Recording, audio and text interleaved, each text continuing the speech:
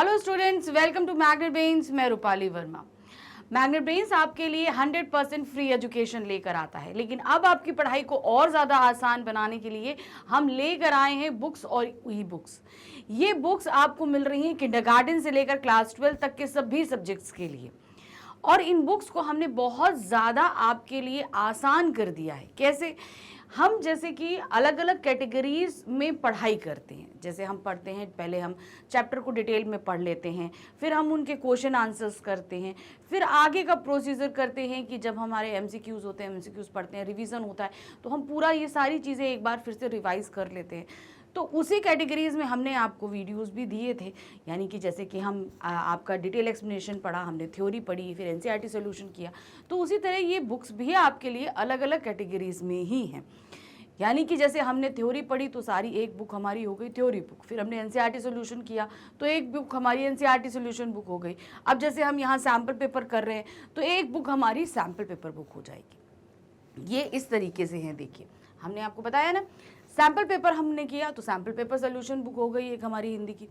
फिर हमारे पास previous year questions, यानी कि जो पिछले कुछ 5-10 सालों में जो क्वेश्चंस आए हैं आपके एग्ज़ाम बोर्ड एग्जामिनेशन में पूछे गए हैं, वो हमारे यहाँ पर आ जाएंगे। फिर आएंगे हमारे एनसीईआरटी सॉल्यूशन, जो हम एनसीईआरटी सॉल्यूशंस करते हैं ना, वो हमारी एक बुक हो जाएगी। तो इस तरह ये अलग अलग कैटेगरीज में हमने आपके लिए बुक रेडी कर दी है। इसको भी आप प्राप्त कर सकते हैं। अब सवाल उठता है कि प्राप्त कर तो सकते हैं, मगर कैसे करेंगे? तो इसको करने के लिए नीचे डिस्क्रिप्शन बॉक्स में आपके सामने एक लिंक दिया गया है। उस लिंक को आप क्लिक करिए और क्लिक करते ही आपके सामने एक फॉर्म आएगा। उस फॉर्म को फिल करिए, सबमिट करिए, और आपको तुरंत ही हमारे जो है एक टीम मेंबर का कॉल आएगा।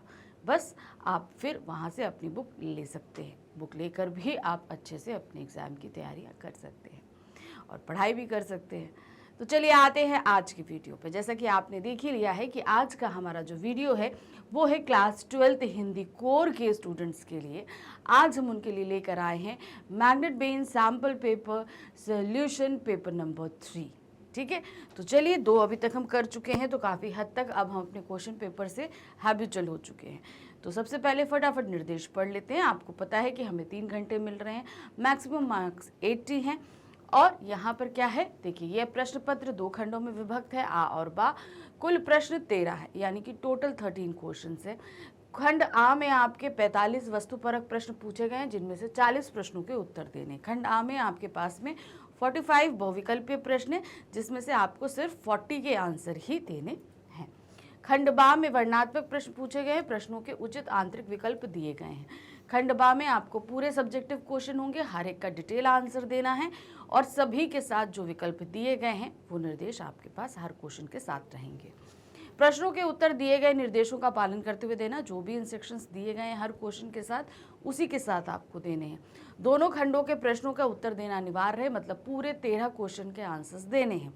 हर क्वेश्चन के साथ विकल्प अंदर है, तो वो उस हिसाब से आप क्वेश्चन जो है कर सकते हैं। यथासंभव दोनों खंडों के प्रश्नों के उत्तर क्रमशः दीजिए। आपको सीक्वेंस से सारा काम करना है, यानी क्वेश्चन नंबर 1, 2, 3, 4, 5 इस तरीके से करेंगे। चलिए शुरू करते हैं। सबसे पहले हमारे पास है खंड आ, हमारा बहुविकल्पीय खंड हम इसको बोल सकते हैं, यानी कि इस खंड में हमारे पास टोटल एमसीक्यूज क्वेश्चंस ही आएंगे। तो पहला है हमारा अपठित गद्यांश। एक गद्यांश दिया गया है, इसको ध्यान से पढ़ना है, और इस पर हमसे पूछे गए हैं 10 प्रश्न। इन 10 प्रश्नों के हमको उत्तर देने हैं। तो ध्यान रखिएगा, 10 क्वेश्चंस हैं, बहुत ध्यान से हमें करना है। दुनिया शायद अभी तक के सबसे बड़े संकट से जूझ रही है। वर्तमान समय की इस महामारी ने हर किसी के जीवन में हलचल मचा दी है। इस महामारी ने जीवन की सहजता को पूरी तरह से बाधित कर दिया है। भारत में इतनी अधिक आबादी है कि इसमें किसी नियम कायदे को पूरी तरह से अमल में लाना अपने आप में एक बड़ी चुनौती है। इस महामारी के संक्रमण को रोकने के उद्देश्य से पूर्णबंदी लागू की गई और इसे कमोवेश कामयाबी के साथ अमल में भी लाया गया। परंतु यह भी सच है कि जिस महामारी से हम जूझ रहे हैं, उससे लड़ने में मुख्य रूप से हमारे शरीर की प्रतिरोधक क्षमता की बड़ी भूमिका है। लेकिन सबसे बड़ी चिंता बच्चों और बुजुर्गों की होती है। तो ये किस तरीके से लॉकडाउन लगा था कोरोना टाइम में, ये उसके ऊपर हमारे पास में अनुच्छेद है। इस मामले में अधिकतर नागरिकों ने जागरूकता और सहज बोध की वजह से अनेक सावधानियां बरती, लेकिन इसके सामान्यतर अन्य कई समस्याएं खड़ी हुई, जैसे आर्थिक गतिविधियां जिस पूरी तरह प्रभावित हुई, उनसे बहुत सारे लोगों के सामने संकट और ऊहापोश की स्थिति उत्पन्न हो गई। एक तरफ नौकरी और उसकी तनख्वाह पर निर्भर लोगों की लाचारी यह रही कि जहां उन्हें यह आश्वासन दिया जा गया था कि उन्हें नौकरी से नहीं निकाला जाएगा, वेतन नहीं रोका जाएगा, वहीं उनके साथ उल्टा हुआ। कई की नौकरी गई, कई जगहों पर तनख्वाह नहीं मिली या कटौती की गई और किराए के घर तक छोड़ने की नौबत आ गई। इस महामारी का दूसरा असर शिक्षा जगत पर भी पड़ा। उसका तार्किक समाधान कैसे होगा, यह लोगों के लिए समझना मुश्किल हो रहा है। विशेष तौर पर स्कूली शिक्षा पूरी तरह से बाधित होती दिख रही है। तो देखिए, लॉकडाउन लगा तो वो इस महामारी से हमारे बचाव के लिए लगा था, लेकिन इसके भाई कोई जो भी चीज़ होती है उसके नेगेटिव इफेक्ट तो होते हैं। पूरी तरह से ठप हुआ तो आर्थिक गतिविधियां रुकी, लोगों की नौकरियां गई। अब बात क्या आ गई, शिक्षा, हम लोग स्कूल कैसे करेंगे, क्या करेंगे, इस पे भी उस समय सबसे बड़ा प्रश्न खड़ा था, क्योंकि बाहर निकलना मना था।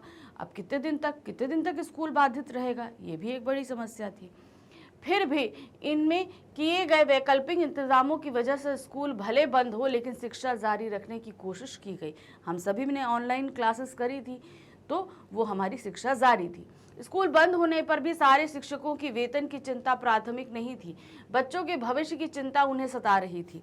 हालांकि एक बड़ी संख्या उन बच्चों की थी जो लैपटॉप या स्मार्टफोन के साथ जीते हैं, परंतु बहुत से बच्चे ऐसे भी हैं जिनके पास कंप्यूटर या मोबाइल फ़ोन नहीं है। दूसरी ओर बहुत सारे शिक्षक ऐसे भी हैं जिन्हें कंप्यूटर चलाना ही नहीं आता।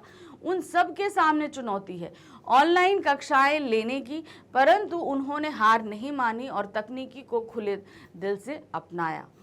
इस तरह फिलहाल जो परिस्थिति है उसमें पढ़ाई लिखाई को जारी रखने की पूरी कोशिश की जा रही है।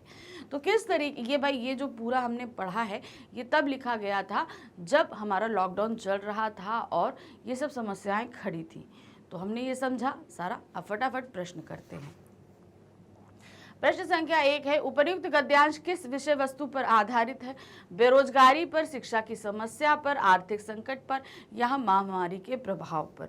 तो ये हमारा जो आधारित है वो है महामारी के प्रभाव, क्योंकि इसमें सिर्फ शिक्षा की बात हमने नहीं करी, हमने लोगों की नौकरी, आर्थिक संकट, सभी के बारे में बात करी। तो महामारी के प्रभाव के कारण ही जो लॉकडाउन लगाया गया उससे ये सारी मुश्किलें खड़ी हुई थी। पूर्णबंदी लागू क्यों की गई? संक्रमण को रोकने के लिए, लोगों की आवाजाही को रोकने के लिए, नियम लागू करने के लिए, लोगों द्वारा नियम न मानने के कारण। तो क्यों पूर्णबंदी लागू की गई थी? वो था संक्रमण को रोकने के लिए, ताकि बीमारी बहुत ज्यादा ना फैले। हमें बच्चों और बुजुर्गों की चिंता क्यों है? कमजोर और अक्षम होने के कारण, प्रतिरोधक क्षमता के अभाव के कारण, अधिक बीमार रहने के कारण, बीमारी का अधिक प्रभाव पड़ने के कारण। तो बच्चे और बुजुर्गों दोनों में ही जो इम्यूनिटी होती है वो बहुत वीक होती है, तो इसलिए उनकी चिंता हमें ज़्यादा होती है। तो क्या होता है? प्रतिरोधक क्षमता के अभाव के कारण। स्कूली शिक्षा को जारी रखने की कोशिश क्यों की जा रही थी?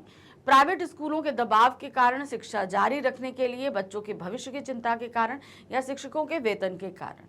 तो क्यों जारी रखी जा रही थी? वो था बच्चों के भविष्य की चिंता के कारण, कि अगर स्कूल नहीं जाएंगे बच्चे तो उनका साल बर्बाद हो जाएगा। ये चिंता थी, इसीलिए स्कूली शिक्षा जारी रखी जा रही थी।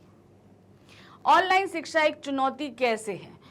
शिक्षक की अकुशलता के कारण, तकनीकी रूप से योग्य ना होने के कारण, तकनीकी साधन ना होने के कारण, अभिभावकों की रुचि ना होने के कारण। तो ऑनलाइन शिक्षा एक चुनौती इसलिए बनी क्योंकि तकनीकी रूप से योग्य ना होने के कारण। अब यहाँ पर ये शिक्षक भी जो है वो तकनीकी रूप से योग्य नहीं थे, क्योंकि बहुत से शिक्षक ऐसे थे जो कंप्यूटर चलाना नहीं जानते थे। और जहाँ दूसरी तरफ क्या था, दूसरी तरफ जो है ऐसे बहुत से परिवार थे जिनके पास कंप्यूटर, मोबाइल, लैपटॉप ये सब चीज़ें नहीं थी। तो शिक्षा देना और ग्रहण करना दोनों ही एक चुनौती बना हुआ था। शिक्षकों ने तकनीक को खुले दिल से क्यों सीखा? ऑनलाइन पढ़ाने की विवशता के कारण, अपने वेतन के कारण, बच्चों के भविष्य की चिंता के कारण या अभिभावकों के भय के कारण। तो क्यों हमने सीखा? शिक्षकों ने, क्योंकि वो उन्हें बच्चों के भविष्य की चिंता थी कि भाई हम सीख लें तो कम से कम कुछ तो हम सिखा सकेंगे, किसी तरीके से तो बच्चों की क्लासेस हम ले सकेंगे। महामारी के समय में भी शिक्षकों ने शिक्षक होने का बोध कैसे कराया। अब शिक्षक जो हैं वो शिक्षक हैं, इस चीज़ का बोध वो हमें किस तरीके से करा रहे थे। बच्चों की शिक्षा की चिंता द्वारा, अपनी नौकरी की चिंता द्वारा, अपने वेतन की चिंता द्वारा, तकनीक सीखने की हिम्मत द्वारा। तो ये उन्होंने हमें कैसे साबित करके दिखाया, वो था बच्चों की ये शिक्षा की चिंता के द्वारा। मतलब उन्हें बच्चों की शिक्षा की चिंता थी, इसीलिए उन्होंने तकनीक को खुले दिल से अपनाया था और अपने शिक्षक होने का बोध हमें कराया था कि भाई सीखने की कोई उम्र नहीं होती। जब हम सीख सकते हैं तो आप लोग भी बहुत कुछ सीख सकते हैं। हम शिक्षक इतने बड़े हैं तो हम जब सीख सकते हैं तो आप लोग को सीखने में कोई आपत्ति नहीं होगी। जीवन की सहजता के बाधित होने से आप क्या समझते हैं? जीवन में हलचल उत्पन्न होना, जीवन में संकट उत्पन्न होना, जीवन में संघर्ष का बढ़ जाना, जीवन में आराम ना होना। तो जीवन की सहजता के बाधित होने का तात्पर्य है जीवन में संघर्ष का बढ़ जाना। मतलब बहुत ज़्यादा हमारे जीवन में जो है वो संघर्ष आना है, हर चीज़ को पाने के लिए जद्दोजहद करना पड़े। भारत में नियम कानून लागू करना अपने आप में चुनौती क्यों है? सबसे बड़ा कारण है भारत की आबादी, बहुत बड़ी आबादी है, जिसलिए यहाँ पर बहुत ज़्यादा संख्या में कोई भी कानून लागू करना बहुत चुनौती का काम हो जाता है। तो क्या है, आबादी अधिक होने के कारण, लोगों के अशिक्षित होने के कारण, लोगों द्वारा नियम न मानने के कारण, लोगों में नियम कानून की समझ ना होने के कारण। तो कारण है आबादी के अधिक होने के कारण। लोगों के जीवन में ऊहापोश की स्थिति कैसे उत्पन्न हुई थी? महामारी आ जाने से, आर्थिक गतिविधियां ठप हो जाने से, नौकरी चले जाने से, वेतन न मिलने से। तो ऊहापोश की स्थिति जो है पैदा हुई थी वो थी आर्थिक गतिविधियों के ठप हो जाने के कारण। भाई लॉकडाउन लगा तो कमाने का जो भी जरिए थे वो बंद हो गए, क्योंकि भाई ऑफिसेस बंद हुए, कारखाने बंद हुए, इवन आप जो रास्ते पे जो ठेले लगाते हैं, सब्जी मिलना, बेचना, सभी कुछ, खाना वाना, रेस्टोरेंट, सब कुछ बंद हो गया था। तो आर्थिक गतिविधियां एक तरीके से ठप हो गई थी और इसीलिए लोग बहुत मुश्किल से अपने जीवन को व्यतीत कर रहे थे। अब हम आते हैं अपने पृष्ठ संख्या 2 पे। पृष्ठ संख्या 2 में हमारे सामने 2 अपठित गद्यांश दिए गए हैं। इन अपठित गद्यांशों को हमें पढ़ना है, अपठित पद्यांश दिए गए हैं 2। अब इन्हें हमें पढ़ना है और इन पर आधारित प्रश्नों को करना है। तो हमारे पास ये आ रहा है 5 मार्क्स का, यानी कि एक पद्यांश पे 5 प्रश्न पूछे गए हैं, तो और 5 ही हमें करने हैं। तो सबसे पहले हमें पद्यांश पढ़ना है। अब आ गए हम अपने पहले पद्यांश पे। तो क्या दिया है? दूर दूर से आते हैं, घन लिपट शैल में छा जाते हैं, मानव की ध्वनि सुनकर पल में गली गली में मंडराते हैं, जग में मधुर पुरातन परिचय श्याम घरों में घुस घुस आते हैं। है ऐसी ही कथा मनोहर उन्हें देख गिरिवर गाते, ममता का ये भीगा आंचल हम जग में फिर कब पाते, अश्रु छोड़ मानस को समझा इसीलिए विरही गाते हैं, सुख दुख के मधु कटु अनुभव को उठो हृदय फुल हियों से धो लो, तुम्हें बुलाने आया सावन चलो चलो अब बंधन खोलो, पवन चला पथ में है नदियां उछल साथ में तुम भी हो लो, प्रेम पर्व में जगा पपीहा तुम कल्याणी वाणी बोलो, आज दिवस कलरव बन आया केली बनी यह खड़ी निराशा है, हेर हेर अनुपम बूंदों को जगी झड़ी में दिशा दिशा है, बूंद बूंद बन उतर रही है यह मेरी कल्पना मनोहर, घटा नहीं प्रेमी मानस में प्रेम बस रहा उमड़ घुमड़ कर, भ्रांति भांति यह नहीं दामिनी याद हुई बातें अवसर पर, तर्जन नहीं आज गूंजता है जड़ जग का गूंजा अभ्यंतर, इतने ऊंचे शैल शिखर पर कब से मूसलाधार झड़ी है, सूखे वसन हिया भीगा है इसकी चिंता हमें पड़ी है, बोल सरोवर इस पावस में आज तुम्हारा कवि क्या गाएगा, कह दे श्रृंग सरस रुचि अपनी निर्झर यह क्या तान सुनाएगा, वहां उठाकर मिलो शाल ये दूर देश के झोंके आए, रही झड़ी की बात कठिन यह कौन हटीली को समझाए, अजब शोक यह बूंदा बांदी पत्तों में घन श्याम बसा है, झांके इन बूंदों से तारे, इस रिमझिम में चांद हंसा है। जिया करता है मचल मचल कर, अपना बेड़ा पार करेंगे। हिया कहता जागो लोचन, पत्थर को भी प्यार करेंगे। तो ये कविता हमारे सामने केदारनाथ मिश्र प्रभात जी ने प्रस्तुत करी है। इस कविता में हमने पावस ऋतु में किस तरीके से बारिश के ऊपर इन्होंने कविता लिखी है, ये हमने पढ़ी। पावस ऋतु अर्थात जो हमारी वर्षा ऋतु होती है उस पर हमने। अब प्रश्न देखिए क्या है, उपर्युक्त काव्यांश का वर्ण विषय क्या है। वर्ण विषय क्या है मतलब वर्णन करने का विषय क्या है। प्रकृति, बादल, पावस ऋतु या जनजीवन। तो ये क्या था हमारा पावस ऋतु अर्थात वर्षा ऋतु। कवि बार बार किससे प्रश्न कर रहा है, बादल से, प्रकृति से, पहाड़ से, नदी से। तो बार बार किससे प्रश्न कर रहा है, वो कर रहा है प्रकृति से प्रश्न कि इतना सुंदर मनोहर दृश्य जो आ रहा है प्रस्तुत, वो प्रकृति ने ही प्रस्तुत किया। अब प्रश्न संख्या 3, मानव की ध्वनि सुनकर पल में गली गली में मंडराते हैं। अब यहाँ पंक्ति में निहित अलंकार कौन है, मानव की ध्वनि सुनते हैं। कौन सुनता है, बादल सुनते हैं और गली गली में मंडराते। तो मंडराने का काम बादल कर रहे हैं, जबकि जो है ये मानवों का कार्य है। तो यहाँ पर हमारा जो होगा वो बादल को मानव से तुलित किया गया है, इसलिए यहाँ पर कौन सा अलंकार होगा, मानवीयकरण अलंकार। नेक्स्ट आते हैं, सूखे वसन हिया भीगा है का क्या अर्थ है। पैर भीगे हैं किंतु हाथ सूखे हैं। अभ्यंतर हृदय भीगा है किंतु कपड़े सूखे हैं। तन ऊपर से भीग गया है किंतु मन सूखा ही रह गया है। मैदान भीगे हैं परंतु पहाड़ों पर मूसलाधार वृष्टि हो रही है। तो यहाँ पर सूखे वसन यानी वसन मतलब कपड़े, हिया भीगा है मतलब हृदय भीगा है। तो सही इसका जो ऑप्शन है वो है अभ्यंतर हृदय भीगा है, अर्थात अंदर तक हम इस वर्षा ऋतु को देखकर बहुत प्रसन्न हैं किंतु कपड़े हमारे सूखे हुए, क्योंकि यहाँ लिटरली बारिश की बात नहीं करी जा रही। प्राकृतिक दृश्य देखकर हमारा मन इतना भाव विभोर हो रहा है कि वो अंदर तक जो है गीला हो गया है।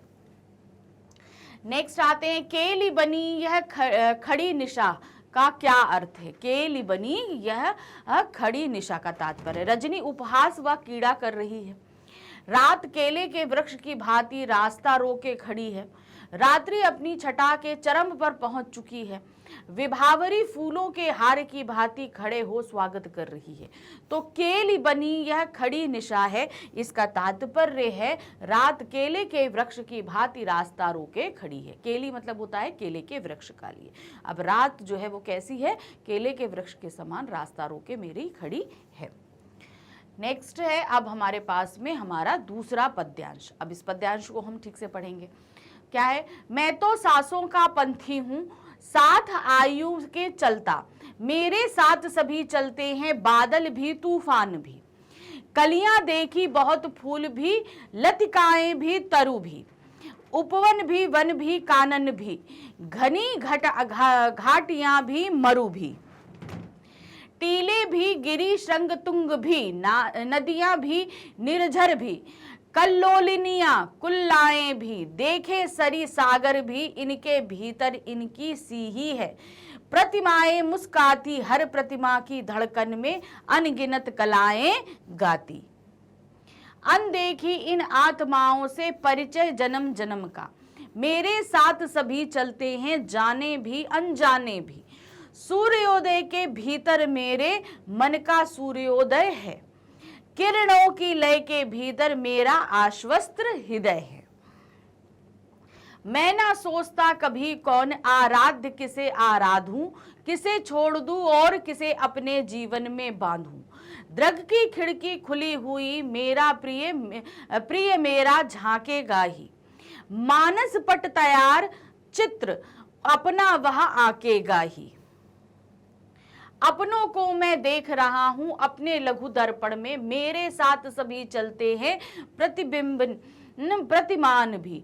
दूरबा की छाती पर जितने चरण चिन्ह अंकित हैं, उतने ही आंसू मेरे सादर उसको अर्पित है।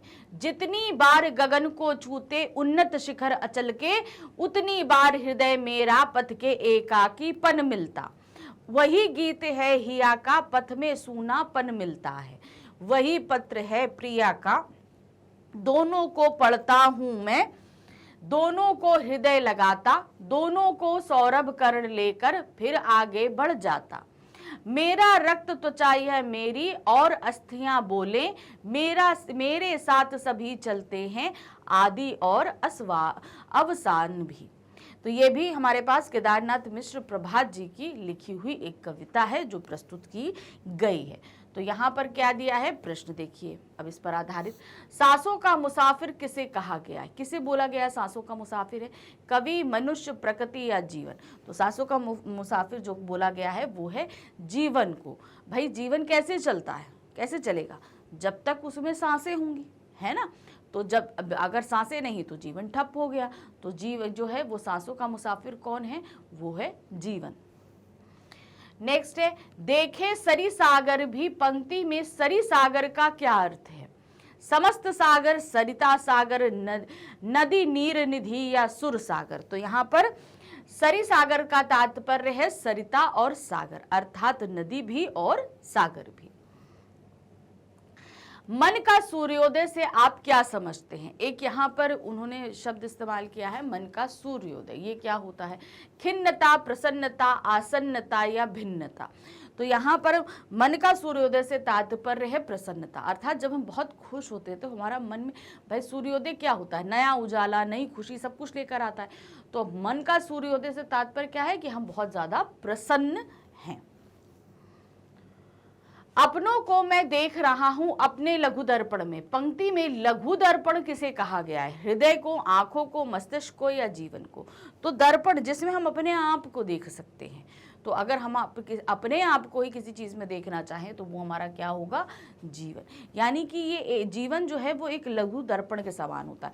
हम करके तो बहुत सारे कर्म निकल जाते हैं, लेकिन पलट कर जब हम अपने जीवन को देखते हैं तब हम बहुत सारी चीजें देखते हैं कि हमने क्या किया, क्या नहीं किया। तो जीवन हमारा क्या होता है, वो एक दर्पण के मात्र ही होता है। जीवन में एकांत को कवि किस रूप में देखता है, किस रूप में उसने देखा है, हृदय के रूप में, आंखों के सपनों के रूप में, लघुता के रूप में या महानता के रूप में। तो यहाँ पर जीवन में एकांत को कवि ने जो है वो महानता के रूप में देखा है कि बहुत बड़ी चीज होती है जीवन का एकांत। जीवन में एकांत होगा तो क्या होगा, हम बहुत सारी चीजें एकांत में बैठकर सोचेंगे तो क्या चीजें होंगी, हम बहुत चीजें अचीव कर पाएंगे। तो जाहिर सी बात है महानता ही होगी जब हम सारी अपनी व्याधियों को हटा देंगे। तो चलिए हमारा यहाँ दूसरा पद्यांश भी समाप्त हो गया। अब हम आते हैं प्रश्न संख्या 3 पर। क्या दिया गया है, निम्नलिखित प्रश्नों के उत्तर देने के लिए उपयुक्त विकल्प का चयन कीजिए।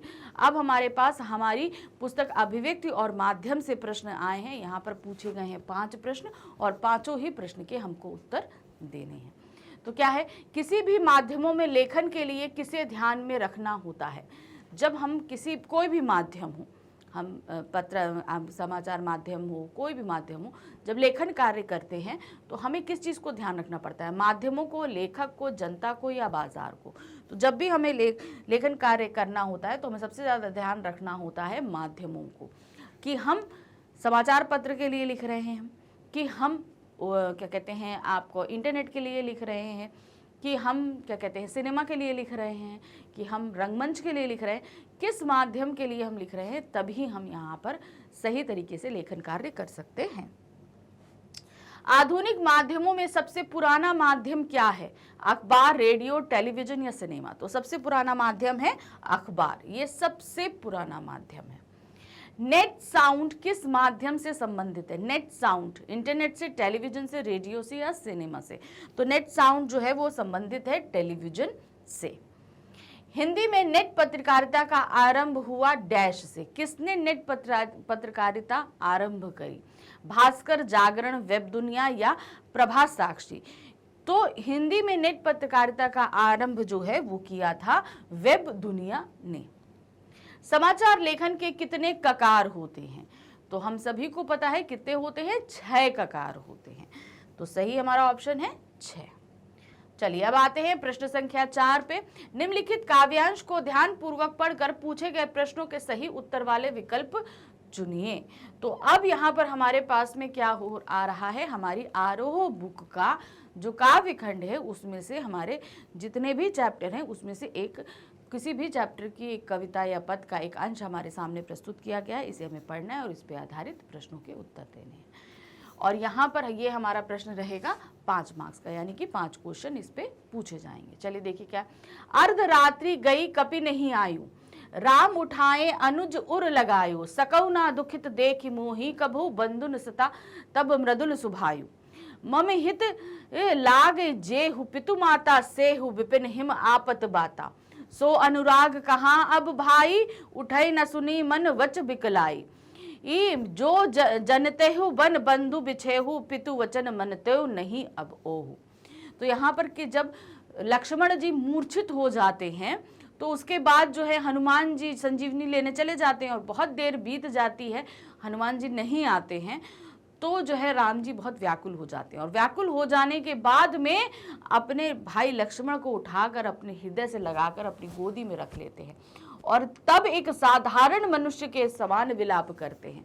वो कहते हैं कि अगर मुझे पता होता कि मेरा भाई मुझसे बिछुड़ जाएगा तो शायद मैं पिता के वचन को कभी भी पूरा करने के लिए उनकी बात को नहीं मानता, कभी भी वन नहीं आता। वो बोलते हैं कि लक्ष्मण तुम तो मुझे कभी देख ही नहीं सकते थे दुखी, आज मैं इतना दुखी हूं तो तुम कैसे लेटे हुए। तो ये सारा विलाप वो यहाँ पर कर रहे हैं। सुत बिन नारी भवन परिवारा, होई जाहि जग बारहि बारा, अब बिचारी जे जाग तुताता, मिलई न जगत सहोदर भाता, जथा पंख बिनु खग अति दीना, मणि बिनु फनी कबिरहे करहीना, असमस जीवन बंधु बिनु तोही, ई जय जड़ देह जिझाऊ मोही। तो अब यहाँ पर वो विलाप कर रहे हैं कि जिस प्रकार सांप जो है वो अपने फन के बिना बेकार होता है, पक्षी अपने पंख के बिना बेकार होता है, उसी प्रकार मैं भी तुम्हारे बिना बेकार हूँ, मेरा जीवन भी तुम्हारे बगैर। तो कहते हैं यहाँ पर सुनबी नारी भवन परिवारा, हो ही जाए जग बार ही बारा, अब बेचारे जो जागतो मिले न जगत सधुवर भाई। तो वो कह रहे हैं कि जो है पत्नी का विलाप होता है तो पत्नी एक जाती है दूसरी मिल सकती है, लेकिन एक भाई जो होता है अगर बिछड़ जाए तो दोबारा नहीं मिल सकता। तो उसी उन्होंने आगे बोला है कि मैं किस प्रकार से हूँ, जैसे पक्षी बिना पंख के होता है और क्या कहते हैं सांप बिना फन के होता है, उसी प्रकार मैं भी यहाँ पर तुम्हारे बगैर तड़प रहा हूँ। राम लक्ष्मण के किस स्वभाव का स्मरण करते हैं, भ्रात प्रेम, कोमलता का, प्रेम हृदय का या सेवा भाव का। तो उन्होंने कौन से उसको बोला है, वो है उनकी कोमलता का, कि किस तरीके से तो वो देखते हैं कि जब मैं दुखित होता था तो तुम बिल्कुल व्याकुल हो उठते थे। तो वही क्या है यहाँ पर उनकी कोमलता को दर्शा रहा है। राम के अनुसार लक्ष्मण के ने उनके हित के लिए क्या क्या सहन किया। अब वो सब कुछ छोड़कर आए, एकदम राज परिवार छोड़ के आए, तो जंगल में आकर उन्होंने क्या क्या सहन किया। सिर्फ भाई वनवास तो राम जी को हुआ था ना, लक्ष्मण जी तो अपनी मर्जी से आए थे और अपने भाई के लिए आए थे, तो वो उन्होंने यहाँ पर क्या क्या चीजें सहन की। जंगल में भूख प्यास कमजोरी, जंगल में सीता हरण युद्ध शक्ति, जंगल में जाड़ा ताप आंधी तूफान, जंगल में कांटे जंगली जानवर या कीट पतंगे। तो उन्होंने जो सहन किया, जो इस पद्यांश में दिया गया है वो है जंगल में जाड़ा ताप आंधी तूफान, ये सभी चीजें जो हैं लक्ष्मण ने सहन करी। काव्यांश में किस क्षति को राम ने बड़ी क्षति माना है। भार्या को खो देना, तात को खो देना, भ्राता को खो देना, कपि का ना आना। तो सबसे बड़ी क्षति जो क्षति मानी है वो है भ्राता को खो देना, अर्थात भाई को खो देना, ये सबसे बड़ी क्षति उन्होंने मानी है। लक्ष्मण की अनुपस्थिति में राम को अपना जीवन कैसा प्रतीत हो रहा है, निरर्थक, अपमानित, लाचार या कठोर। तो उन्हें अपना जीवन जो प्रतीत हो रहा है वो है निरर्थक, मतलब उसका जिसका कोई भी अर्थ नहीं है। यह राम यदि जानते कि वनवास के क्या परिणाम होंगे तब वे क्या नहीं करते। उनको अगर पता होता कि वनवास में ये सब होने वाला है तो क्या नहीं करते, वो रावण से युद्ध ना करते, लक्ष्मण को वन में साथ ना लाते, माँ के वचन का पालन ना करते या पिता के वचन का पालन नहीं करते। अगर उन्हें सब पता होता तो वो जो है वो कभी भी पिता के वचनों का पालन नहीं करते।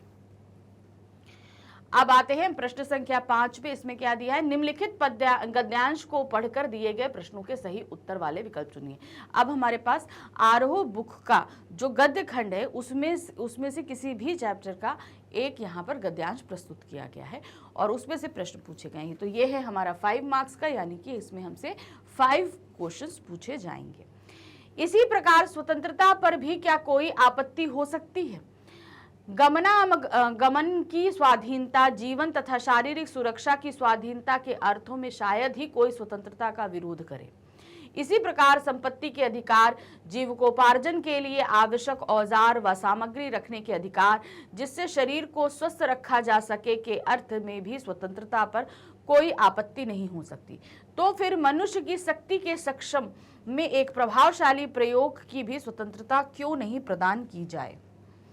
जाति प्रथा के पोषक जीवन, शारीरिक सुरक्षा तथा संपत्ति के अधिकार की स्वतंत्रता को तो स्वीकार कर लेंगे, परंतु मनुष्य के लक्षण एवं प्रभावशाली प्रयोगों की स्वतंत्रता देने के लिए शीघ्र तैयार नहीं होंगे, क्योंकि इस प्रकार की स्वतंत्रता का अर्थ होगा अपना व्यवसाय चुनने की स्वतंत्रता किसी को नहीं है, तो उसका अर्थ उसे दासता में जकड़कर रखना होगा, क्योंकि दासता केवल कानूनी पराधीनता को ही नहीं कहा जा सकता। दासता में वह स्थिति भी सम्मिलित है जिससे कुछ व्यक्तियों को दूसरे लोगों के द्वारा निर्धारित व्यवहार एवं कर्तव्यों का पालन करने के लिए विवश होना पड़ता है। यह स्थिति कानूनी पराधीनता न होने पर भी पाई जा सकती है। उदाहरणार्थ, जाति प्रथा की तरह ऐसे वर्ग होना संभव है जहां कुछ लोगों को अपनी इच्छा के विरुद्ध पेशे अपनाने पड़ते हैं। तो ये हमारे पास हमारे चैप्टर जो है श्रम विभाजन, जाति प्रथा और मेरे सपनों में का आदर्श समाज से जो चैप्टर है उसमें से लिया गया है। हमने पढ़ लिया पूरा। तो अब यहाँ पर हमारे पास में इसी गद्यांश से संबंधित प्रश्न है। दासता में कौन सी अवधारणा सम्मिलित नहीं है? उन्होंने क्या पूछा है? जो नहीं है। स्वाधीनता के साथ जीना, कानूनी पराधीनता का होना, इच्छा के विरुद्ध कार्य करना, दूसरों के द्वारा निश्चित कार्य करना। तो यहाँ पर जो अवधारणा सम्मिलित नहीं है वो है आपकी स्वाधीनता के साथ करना, मतलब आपको कार्य करने की आजादी वहां पर नहीं होती है। मनुष्य के प्रभावशाली प्रयोगों से लेखक का क्या तात्पर्य है? कार्य के प्रति दुर्भावना, उसे अपनी इच्छा से कार्य करने की स्वतंत्रता दी जाए, उसे अपनी इच्छा से जाति के चयन का अधिकार मिले, उसे शारीरिक सुरक्षा तथा संपत्ति का अधिकार दिया जाए। तो मनुष्य के प्रभावशाली प्रयोग से लेखक का तात्पर्य है कि उसे अपनी इच्छा से कार्य करने की स्वतंत्रता दी जाए, मतलब वो जो कार्य करना चाहता है उसे करने की आज़ादी दी जाए। ये नहीं कि जाति के अनुसार उसे बांध दिया जाए कि तुम यही कार्य कर सकते हो, दूसरा नहीं कर सकते। जाति प्रथा के पोषक यदि मनुष्य के लक्षण एवं प्रभावशाली प्रयोग की स्वतंत्रता दे, तब इसका क्या परिणाम होगा? अगर जाति प्रथा के जो पोषक है, जो कहते हैं कि जाति प्रथा होनी चाहिए, कि मनुष्य अगर लक्षण और प्रभावशाली प्रयोगों को स्वतंत्रता दे, अगर ये स्वतंत्रताएं दे दी जाए तो इसका क्या परिणाम होगा? दासता को बढ़ावा मिलेगा, स्वतंत्रता को बढ़ावा मिलेगा, कानूनी पराधीनता बढ़ जाएगी, लोकतांत्रिक मूल्य सुदृढ़ हो जाएंगे। तो इसका परिणाम यह होगा कि लोकतांत्रिक मूल्य जो है वो सुदृढ़ हो जाएंगे कि भाई इतनी स्वतंत्रता तो मिलनी चाहिए ना। नेक्स्ट है, स्वतंत्रता पर किसी को कोई आपत्ति क्यों नहीं है? अब क्यों नहीं है? इससे समाज में दासता समाप्त हो जाएगी, इसलिए आपत्ति नहीं है। क्योंकि स्वतंत्रता सभी को जाति विरोधी लगती है, इसलिए क्योंकि सभी को स्वतंत्रता और सुरक्षित रहना प्रिय है। इसके साथ ही जातिवाद और शोषण की प्रक्रिया बनी रहती है। तो यहाँ पर स्वतंत्रता पर किसी को कोई आपत्ति इसलिए नहीं है क्योंकि इसके साथ भी जातिवाद और शोषण की प्रक्रिया बनी रहती है। भाई स्वतंत्रता देते हैं लेकिन साथ में कुछ चीज़ें कस के रखते हैं, इसलिए आप जो चाहते हैं वो करवा सकते हैं, इसलिए स्वतंत्रता से किसी को कोई आपत्ति नहीं है। जाति प्रथा के पोषक से लेखक का क्या तात्पर्य है? अब ये जाति प्रथा के पोषक कौन होते हैं? इनसे ये कौन लोग हैं? इससे कवि क्या लेखक क्या कहना चाहते हैं? जाति के चयन को बढ़ावा देने वाले, जातिगत भेदभाव को प्राथमिकता देने वाले, जातिगत भेदभाव के व्यवहार को समाप्ति देने वाले, जाति को कानूनी मान्यता दिलाने की कोशिश करने वाले। तो यहाँ पर जाति प्रथा के पोषक से तात्पर्य है जातिगत भेदभाव को प्राथमिकता देने वाले, यानी कि जो जाति को बहुत ही कट्टरता से मानते हैं कि इस जाति का ये कार्य है, इस जाति का ये कार्य है, इस जाति का ये कार्य है, जो लोग इसका बहुत ही कड़ाई से पालन करते हैं वो होते हैं जाति प्रथा के पोषक। अब आते हैं पृष्ठ संख्या 6 पर। क्या दिया गया है? निम्नलिखित प्रश्नों के उत्तर हेतु निर्देशानुसार सही विकल्प का चयन कीजिए। अब हमारे पास हमारी हिंदी की पूरक पुस्तिका वितान भाग 2 के अध्याय में से 10 प्रश्न प्रस्तुत किए गए हैं, हमें इनके उत्तर देने हैं। तो ये टोटल हमारे 10 मार्क्स का हो जाएगा। ठीक है, पूरे 10 नंबर्स का है ये।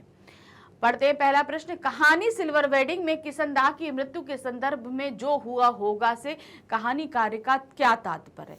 अब उन्होंने ये जो शब्द हर जगह दिया है किशनदाह को लेकर, जो हुआ होगा, इससे क्या मतलब है? तो क्या है? लेखक मृत्यु से बहुत दुखी है, इसलिए उन्होंने बोला लेखक की मृत्यु का कारण पता है, इसलिए लेखक मृत्यु के कारण से अपरिचित है। और चौथा है लेखक को मृत्यु से कोई भी फर्क नहीं पड़ता।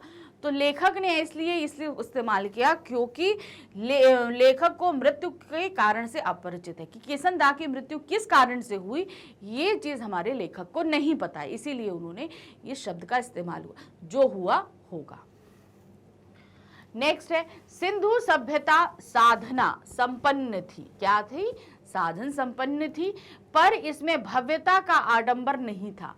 प्रस्तुत पंक्तियों से इसे क्या तात्पर्य है?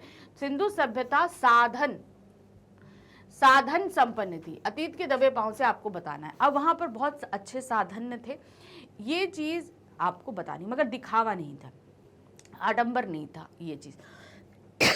इस सभ्यता में राजा प्रजा की तरह सादगी से रहता था। इस सभ्यता में साधन बहुत थे जो देखने में आकर्षक थे। इस सभ्यता में सभी प्रकार के साधन थे किंतु दिखावा नहीं था। इस सभ्यता में सभी लोग संपन्न थे परंतु वो दिखावा नहीं करते थे। तो ये जो लाइन दी गई है इसका तात्पर्य है कि इस सभ्यता में सभी प्रकार के साधन थे किंतु दिखावा नहीं था। लोग जो है वो दिखावटीपन नहीं करते थे।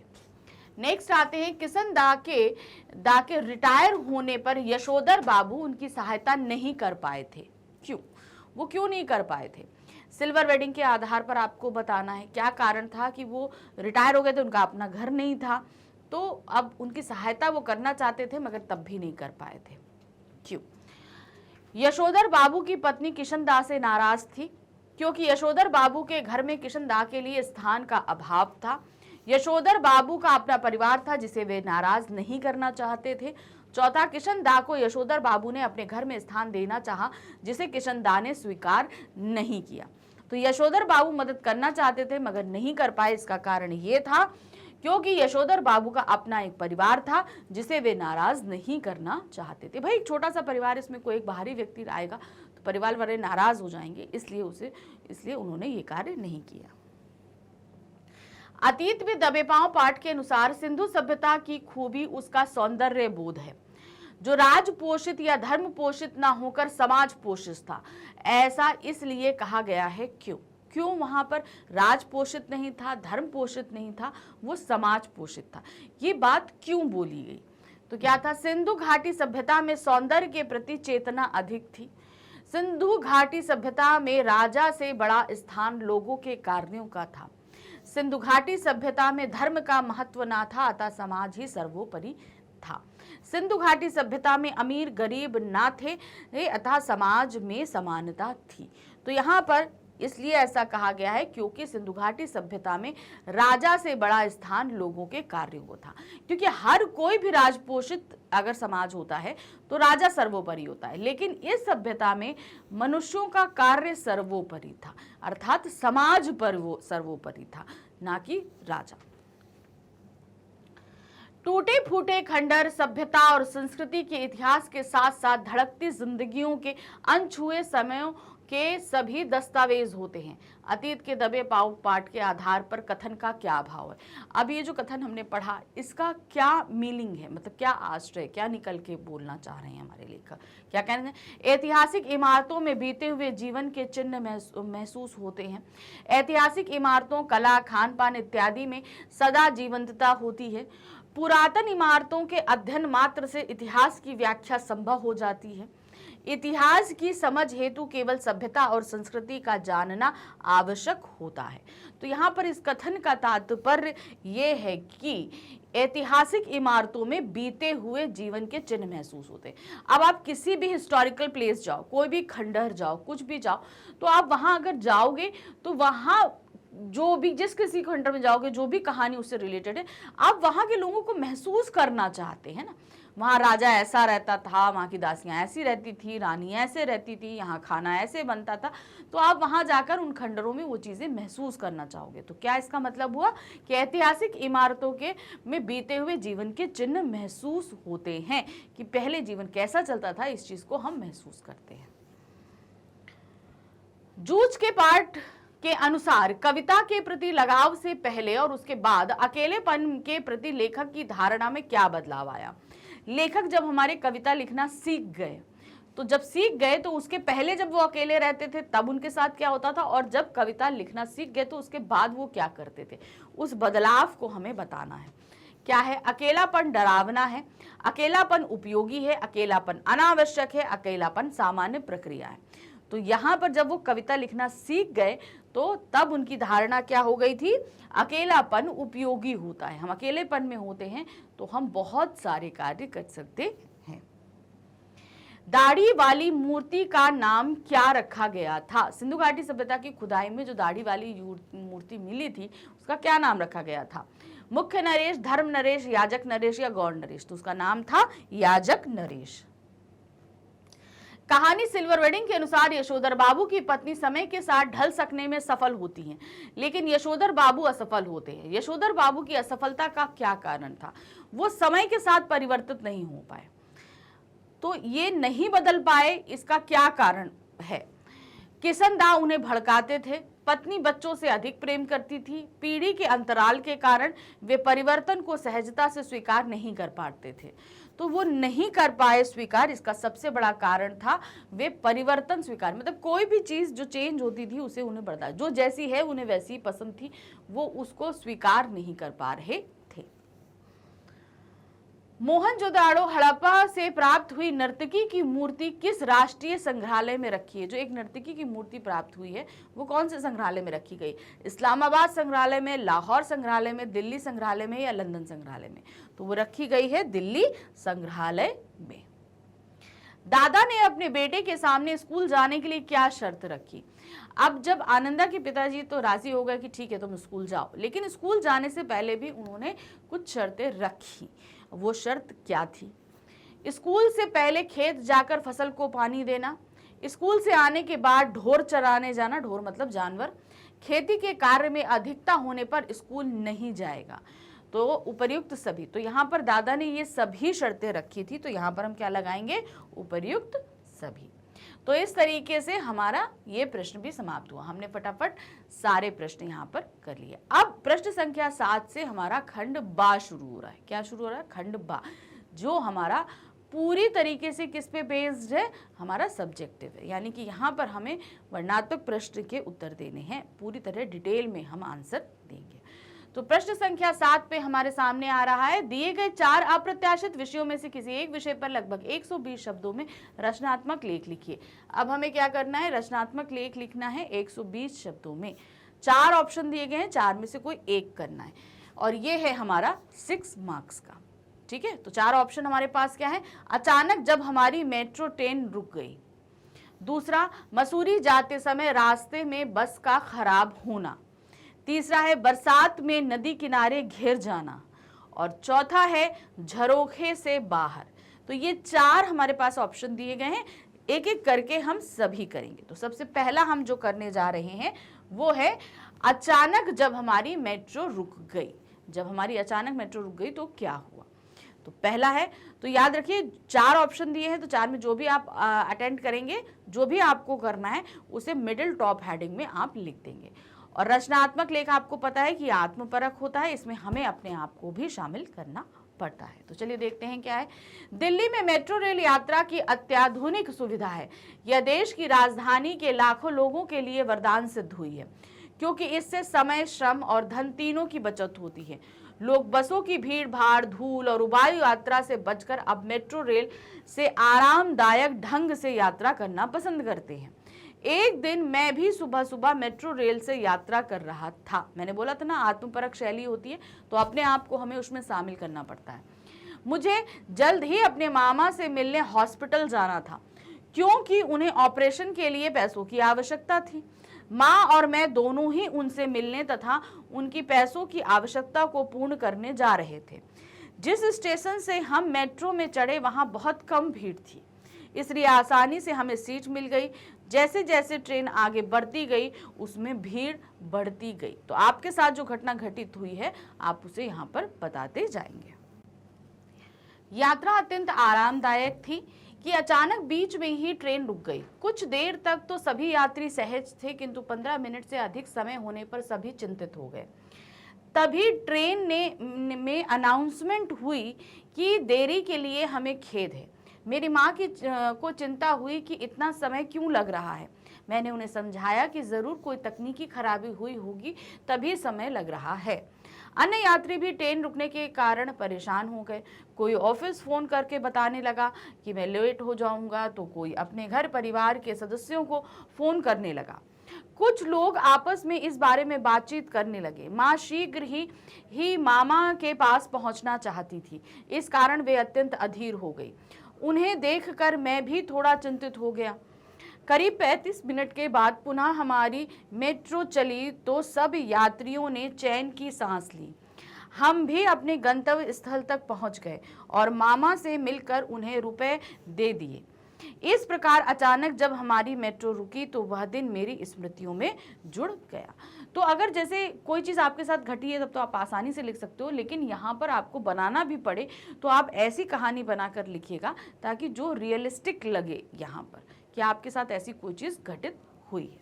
चलिए अब हम अपने नेक्स्ट ऑप्शन पे आते हैं। मसूरी जाते समय रास्ते में बस का खराब होना। अब आप लोग किसी ट्रिप पे जा रहे हो और वहाँ पर रास्ते में बस खराब हो जाए तो वो है। गर्मियों की छुट्टियों में मेरे माता पिता ने मसूरी जाने का फैसला किया था। मसूरी भारत के हिल स्टेशनों में से एक है। इसे हिल स्टेशनों की रानी कहा जाता है। इसमें कई खूबसूरत जगह हैं। मसूरी की यात्रा हमने बस द्वारा करने का निर्णय लिया क्योंकि ट्रेन की टिकटें नहीं मिल रही थी, लेकिन हमें जाना था इसलिए बस का विकल्प उचित लगा। प्रातः 6 बजे हमारी बस चली। मैं अत्यंत रोमांचित था क्योंकि मैंने मसूरी के बारे में काफ़ी सुना था।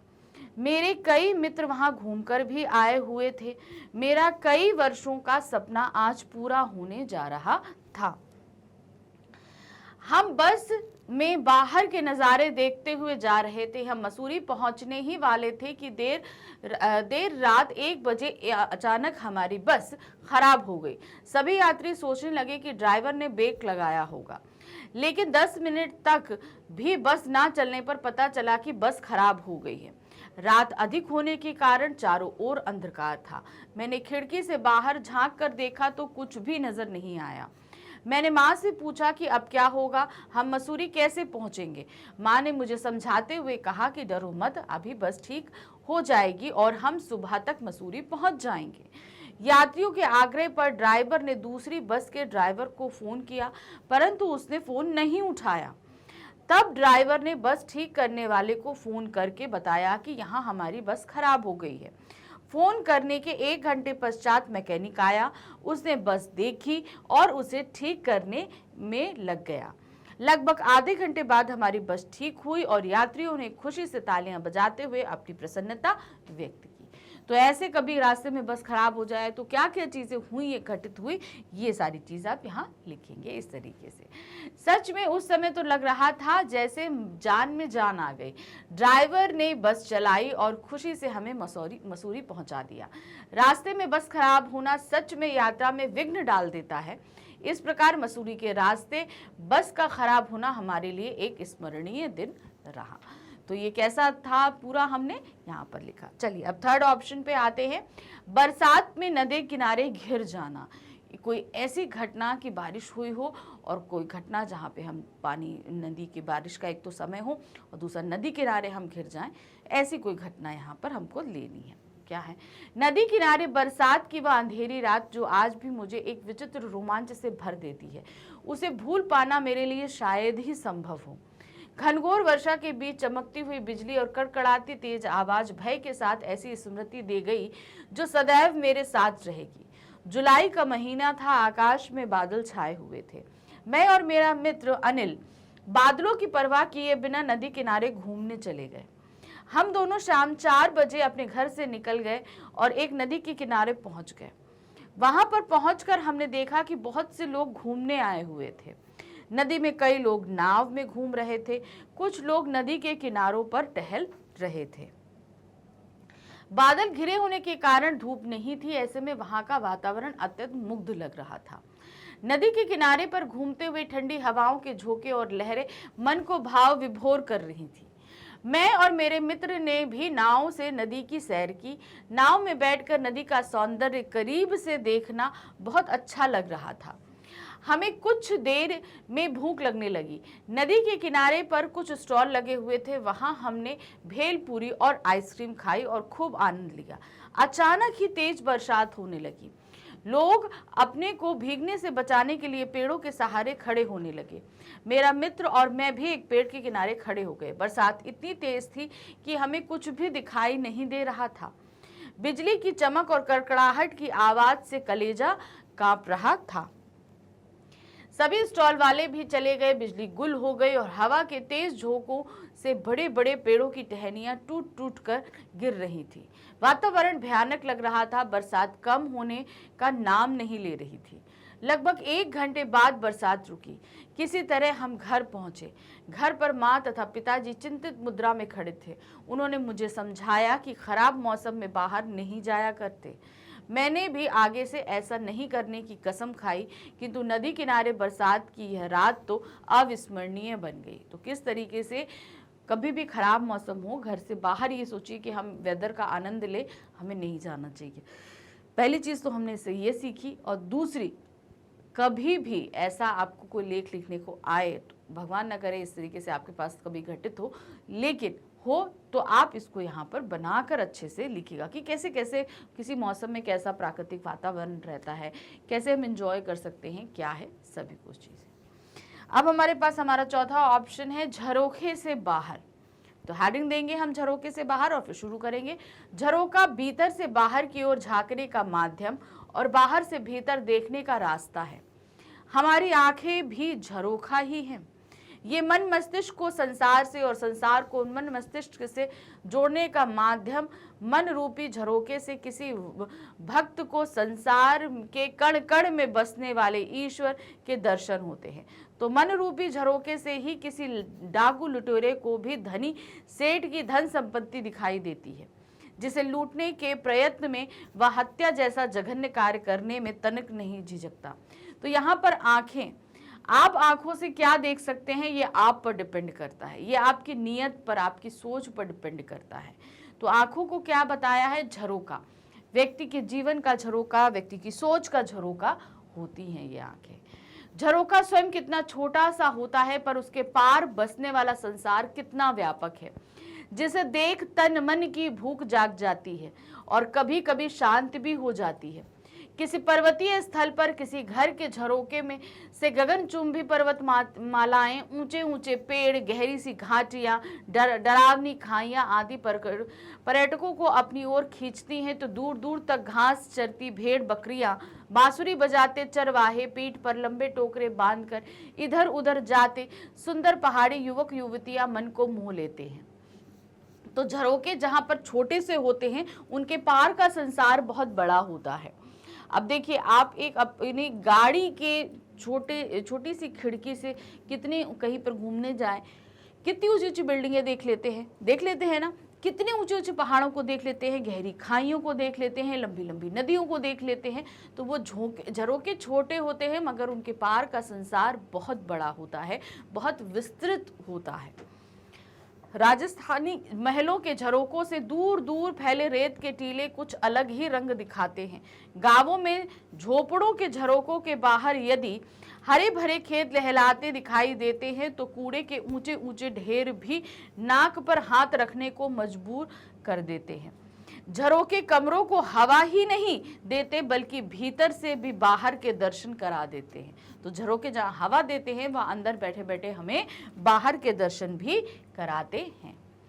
सजी सवरी दुल्हन झरोके के पीछे से छिपकर यदि अपने होने वाले पति की एक झलक पाने को उतावली रहती है तो कोई विरहनी अपनी नज़ टिकी ही रहती है। यानी कि एक हम अपने होने वाले पति को देख सकते हैं, तो एक पति से जो बिछुड़ के जो स्त्री होती है उसकी निगाह भी झरोके पर टिकी रहती है कि उसका पति कब आएगा।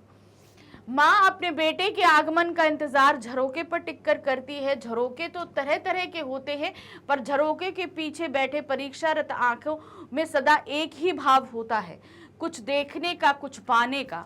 युद्ध भूमि में मोर्चे पर डटा जवान भी तो खाई के झरोके से बाहर छिप छिप कर झांकता है अपने पुत्र को गोली से उड़ा देने के लिए। ये झरोके तो छोटे बड़े कई तरह के होते हैं, पर उनके बाहर के दृश्य तो बहुत बड़े होते हैं जो कभी कभी आत्मा तक को झकझोर देते हैं। तो ये था कि झरोके की कहानी की झरोकों के पार का संसार, यानी कि दोनों ही तरफ का, बाहर का संसार और अंदर का संसार किस तरीके का होता है। चलिए, ये प्रश्न हमारा समाप्त हुआ। अब हम आते हैं प्रश्न संख्या 8 पर। किन्हीं 2 प्रश्नों के उत्तर लगभग 60 शब्दों में हमें देने हैं। हमारी पुस्तक है अभिव्यक्ति और माध्यम, उससे हमारे सामने इस प्रश्न पर 3 प्रश्न रखे गए हैं। 3 में से हमें 2 प्रश्नों के उत्तर देने हैं। यहाँ पर एक प्रश्न हमारा होगा 3 मार्क्स का, यानी कि प्रश्न संख्या 8 हमारा 6 मार्क्स का है। तो देखते हैं पहला प्रश्न, पेज 3 पत्रकारिता क्या है? किसको बोलते हैं पेज 3 पत्रकारिता? पेज 3 पत्रकारिता से तात्पर्य ऐसी पत्रकारिता है जिसमें फैशन, अमीरों की पार्टियों, महफिलों, जाने माने लोगों की निजी जीवन के बारे में बताया जाता है। यह सामान्यतः समाचार पत्रों की पृष्ठ संख्या 3 पर प्रकाशित होती है, इसीलिए इसे पेज 3 पत्रकारिता कहते हैं। आजकल इसकी पृष्ठ संख्या निश्चित नहीं है, लेकिन विषय सुनिश्चित है। तो पेज 3 पत्रकारिता एक तरीके से फिल्मी जगत से संबंधित या मशहूर हस्तियों से संबंधित पत्रकारिता होती है, जो लोगों को मनोरंजन तो प्रदान करती है, फेमस लोगों की जानकारियां भी देती है। पहले ये जो है पेज 3 यानी जो हमारा समाचार पत्र होता था उसकी पृष्ठ संख्या 3 पर प्रकाशित करी जाती थी ये सारी खबरें, इसलिए इसे पेज 3 कहा जाता था। लेकिन अब ऐसा नहीं है, अब इसके लिए कभी किसी बहुत से पेपर्स में अलग से मैगजीन इशू होने लगी है। मतलब आपका पूरा समाचार पत्र के साथ 4 पन्नों की एक अलग से मैगजीन आ जाती है जिसमें ये सारी जानकारियां हमारे पास में होती हैं। लेकिन तब से, क्योंकि शुरू से जब ये नंबर 3 पे प्रकाशित होता था, तब से इसके नाम पेज 3 पत्रकारिता पड़ गया, जो अभी भी वही चल रहा है, मगर इसका पेज संख्या अब बदल चुकी है। स्ट्रिंग ऑपरेशन से क्या समझते हैं? स्ट्रिंग ऑपरेशन क्या होता है? जब किसी टेलीविजन चैनल पर पत्रकार छिपे हुए या जासूसी कैमरे के जरिए किसी गैर कानूनी या अवैध या असामाजिक गतिविधियों को फिल्माता है और अपने चैनल पर प्रसारित करता है, तो इसे स्ट्रिंग ऑपरेशन कहा जाता है। कई बार चैनल ऐसे ऑपरेशन को गोपनीय कोड भी देते हैं, जैसे ऑपरेशन चक्रव्यूह। आप लोगों ने फिल्मों में ये देखा होगा कि भाई एक हिडन कैमरा रखा पर्स में या बटन में, यहाँ पे लगा लिया और चले गए, और वहाँ पे उनसे बारे में जेल के अंदर या कहीं हॉस्पिटल में कहीं जाकर जो है उनका इंटरव्यू लेते हैं, मतलब उनसे बारे में बात करते हैं, और फिर उनकी असलियत जानने के बाद में उस वीडियो को जो है वो मेन चैनल पर प्रसारित कर दिया जाता है। तो ये हमारा होता है स्ट्रिंग ऑपरेशन, यानी कि छुप कर किया गया, खुफिया तौर पर नॉलेज को इकट्ठा किया गया ऑपरेशन। तो इनको जो है ये अलग अलग कोड भी दे दिए जाते हैं, नेम दे दिए जाते हैं, चक्रव्यूह ऑपरेशन, ये ऑपरेशन, बहुत तरीके के नाम दिए जाते हैं। गा है हमारे पास, नाटक से आप क्या समझते हैं? नाटक साहित्य की अन्य विधाओं से किस प्रकार भिन्न है, स्पष्ट कीजिए। तो यहाँ पर 2 प्रश्न एक साथ पूछे गए हैं। पहला है नाटक से आप क्या समझते हैं, और दूसरा है नाटक अन्य विधाओं से किस प्रकार भिन्न है। तो सबसे पहले देखेंगे नाटक से आप क्या समझते हैं। नाटक साहित्य की वह सर्वोत्तम विधा है जिसे पढ़ने सुनने के साथ देखा भी जा सकता है। आपको पता है ये विधा क्या है? दृश्य श्रव्य दोनों ही माध्यम है। ये नाटक शब्द की उत्पत्ति नट धातु से मानी जाती है। नट शब्द का अर्थ है अभिनय, जो अभिनेता से जुड़ा हुआ है। इसके रूपक में इसे रूपक भी कहा जाता है। भारतीय परंपरा में नाटक को काव्य की संज्ञा दी गई है। क्या होता है? इसको क्या दिया गया है? काव्य की संज्ञा दी गई है। तो नाटक क्या होता है हमें समझ में आ गया। अब ये अन्य विधाओं से किस प्रकार भिन्न है देखिए। तो हेडिंग आप दे देंगे नाटक और अन्य विधाओं में अंतर। साहित्य की अन्य विधाएं अपने लिखित रूप में ही निश्चित और अंतिम रूप को प्राप्त कर लेती हैं। साहित्य की और अन्य विधाएं, जैसे आप कहानी ले लीजिए, उपन्यास ले लीजिए, साक्षात्कार ले लीजिए, कुछ भी लीजिए, तो ये खाली लिखित रूप तक ही सीमित हो जाती हैं। लेकिन नाटक लिखित रूप तक सीमित नहीं रहता। वो लिखित रूप के होने के बाद वो मंचन जब होता है तब वो पूर्णता प्राप्त करता है। लेकिन बाकी विधाएं लिखित रूप में ही अपना अंतिम स्वरूप प्राप्त कर लेती हैं, जबकि नाटक के साथ ऐसा नहीं होता है। किंतु नाटक लिखित रूप में एक आयामी होता है, मंचन के पश्चात ही संपूर्णता आती है। अतः साहित्य की अन्य विधाएं पढ़ने या सुनने तक की यात्रा तय करती हैं। मतलब बाकी विधाएं क्या है, हम पढ़ेंगे या सुनेंगे, बस वो वहीं तक है। परंतु नाटक पढ़ने सुनने के साथ साथ देखने के तत्व को भी अपने अंदर समेटे हुए है। बहुत से ऐसे नाटक हैं जिनका मंचन हुआ है, तो वो लिखे भी गए, पढ़े भी गए, सुने भी गए और देखे भी गए। तो ये सारे रूप में आकर इस तरीके से संपूर्ण होता है। जबकि अन्य विधाएं क्या है, पढ़ने और सुनने तक ही सीमित रह जाती हैं। प्रश्न संख्या 9 है अब हमारे पास में। निम्नलिखित 3 प्रश्नों में से किन्हीं 2 प्रश्नों के उत्तर लगभग 80 शब्दों में हमें देने हैं। अब ध्यान रखिएगा 80 वर्ड्स, अभी हम 60 वर्ड्स में दे रहे थे, अब 80 वर्ड्स में देंगे। हमारे पास हमारी पुस्तक अभिव्यक्ति और माध्यम से 3 प्रश्न प्रस्तुत किए गए हैं, जिसमें से हमें 2 प्रश्न करने हैं। एक प्रश्न है हमारा 4 मार्क्स का, यानी कि ये हमारा प्रश्न संख्या 9 हो जाएगा 8 मार्क्स का। ठीक, चलिए अब आगे बढ़ते हैं। विशेष लेखन को उदाहरण देकर स्पष्ट कीजिए। विशेष लेखन क्या होता है आपको ये बताना है और साथ ही इसका उदाहरण भी आपको प्रस्तुत करना है। देखिए क्या है, विशेष लेखन किसी विषय पर सामान्य लेखन से हटकर किया गया लेख विशेष लेखन कहलाता है। मतलब एक तो होता है कि कहीं से कुछ खबरें मिली और उस पर जोड़ जाड़ के हमने एक लेख तैयार कर दिया और हो गया, वो एक लेख होता है, सामान्य लेख। लेकिन विशेष लेखन क्या होता है, जब किसी भी क्षेत्र में विशेषता प्राप्त किया हुआ संवाददाता, मतलब उस विषय में उसने कुछ अलग नॉलेज रखता है, विशेषता रखता है, अधिक जानकारी रखता है, उसके बारे में वो सारे तथ्य इकट्ठा करेगा, सारी चीजों की जानकारी लेगा और उसके बाद वो उस लेख को लिखेगा, तो वो कहलाता है विशेष लेखन। अखबारों के लिए समाचार के अतिरिक्त खेल, राजनीति, फिल्म जगत, आर्थिक, कृषि कानून, कृषिक व्यापार, कानून आदि विभिन्न क्षेत्रों के विषयों से संबंधित लेखन विशेष लेखन के अंतर्गत आते हैं। तो विशेष लेखन के क्षेत्र असीमित है, जिसमें भी आप सोच सकते हैं उसमें विशेष लेखन कार्य किया जा सकता है। विशेष लेखन की भाषा और शैली सामान्य लेखन या समाचारों से भिन्न होती, क्योंकि यहाँ पर जो लेखन कार्य कर रहा है वो विशेषता प्राप्त व्यक्ति है, तो इस कंडीशन में उसकी भाषा में वो गंभीरता हमें झलकेगी, उसके शब्दों में वो गंभीरता हमें दिखाई देगी। विशेष लेखन करने वाले पत्रकारों को अपने क्षेत्र विशेष में महारत हासिल होती है। हमने बोला ना, जिस क्षेत्र में वो कार्य कर रहे हैं उसमें उन्हें महारत, मान लीजिए अगर आर्थिक जगत में कोई व्यक्ति पत्रकारिता कर रहा है तो उस कंडीशन में उसे आर्थिक जगत के हर एक चीज की जानकारी होगा, और जब वो उस पे लेखन करेगा तो जाहिर सी बात है वो जानकारी हमें उसी रूप में प्राप्त होगी। अब क्या, उदाहरण के लिए शेयर बाजार और आर्थिक क्षेत्र से संबंधित फीचर में इस प्रकार की शब्दावली का प्रयोग होगा। हमने बताया ना, हर क्षेत्र में अगर विशेष लेखन किया, जिस भी क्षेत्र में किया जाएगा तो उसकी अपनी एक शब्दावली होती है। जैसे सोने में भारी गिरावट, चांदी लुढ़की, शेयर बाजार ने पिछले साल के सारे रिकॉर्ड तोड़े, सेंसेक्स आसमान पर आदि। तो इस विशेष लेखन करते समय इस तरह की हेडिंग्स आपको देखने, पढ़ने, सुनने को मिलेंगी। दूसरा प्रश्न है, फीचर को आत्मनिष्ठ लेखन कहने के कारणों को स्पष्ट कीजिए। फीचर जो है वो आत्मनिष्ठ लेखन कहलाता है। ये क्यों ऐसा बोला जाता है आपको ये बताना है। क्या है, फीचर को आत्मनिष्ठ लेखन कहने के कारण निम्नलिखित है। फीचर में लेखक अपने विचार, भावनाएं, दृष्टिकोण को व्यक्त कर पाता है, इसीलिए इसे आत्मनिष्ठ लेखन की श्रेणी में रखा जाता है। तो जो लेखक जो है फीचर लेखन कर रहा है वो अपने विचार लिखने के लिए पूरी तरीके से आज़ाद होता है, तो इसलिए हम उसको बोल सकते हैं आत्मनिष्ठ लेखन। इसमें कथ्यात्मक शैली का प्रयोग किया जाता है। भाषा सरल, सहज एवं आकर्षक होने के कारण सामान्य जन को जोड़े रखती है।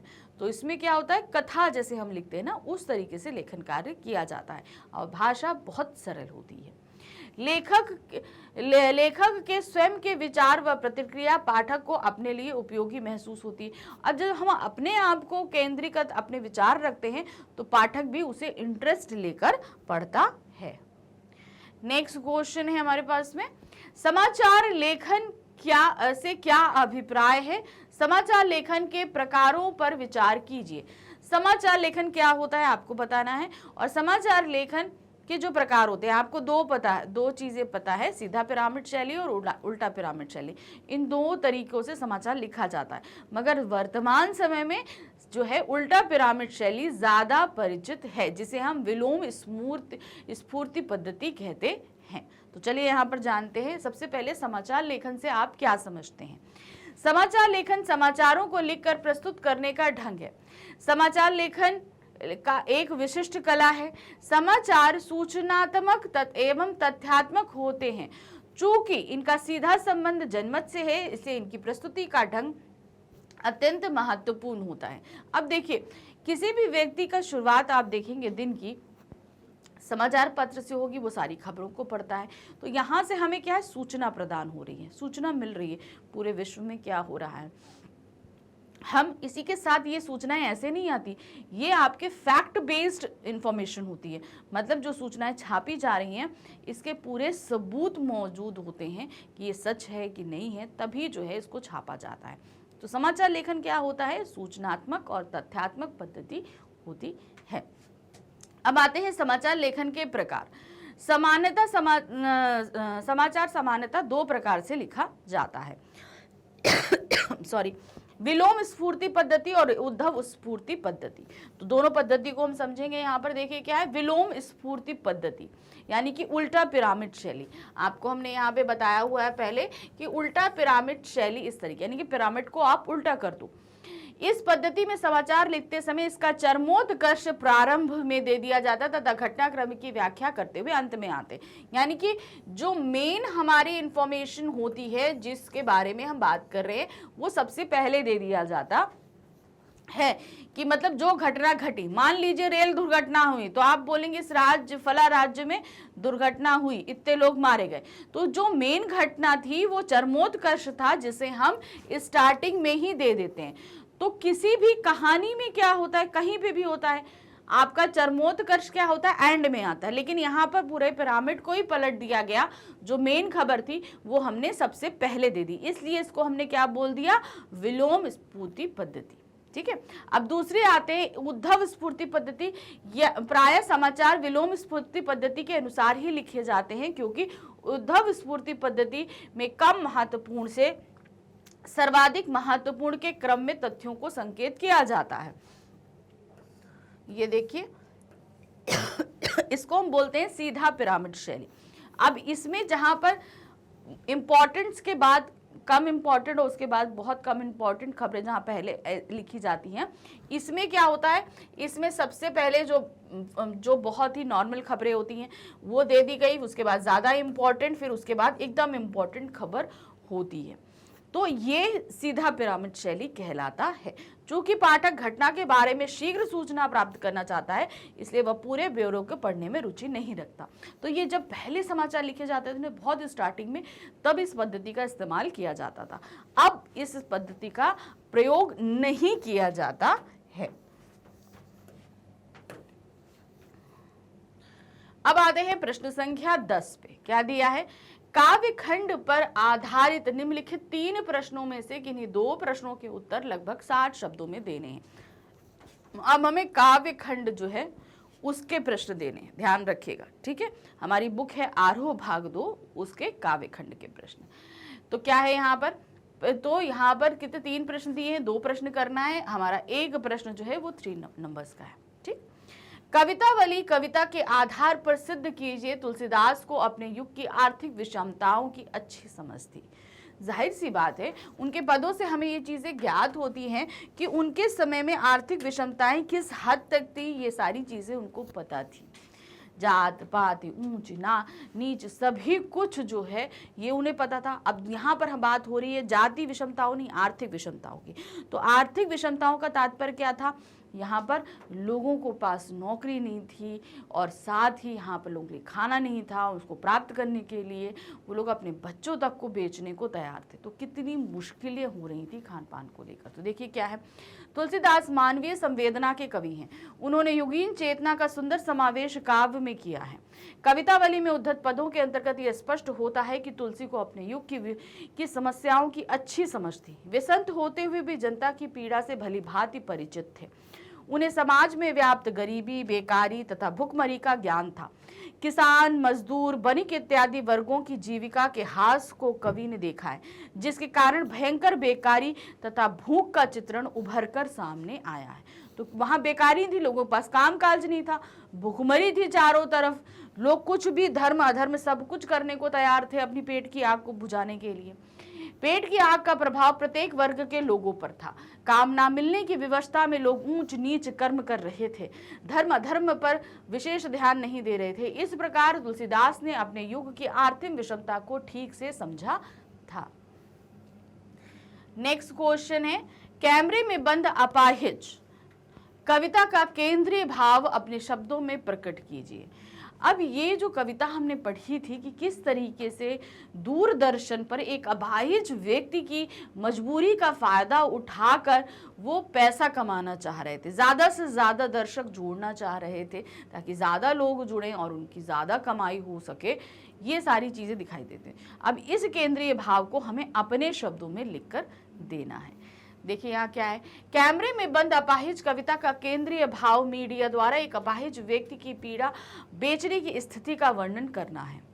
दूरदर्शन पर एक अपाहिज व्यक्ति का साक्षात्कार लेना वास्तव में मीडिया कर्मी के व्यावसायिक उद्देश्यों को पूरा करने के लिए दिखाया जाता है।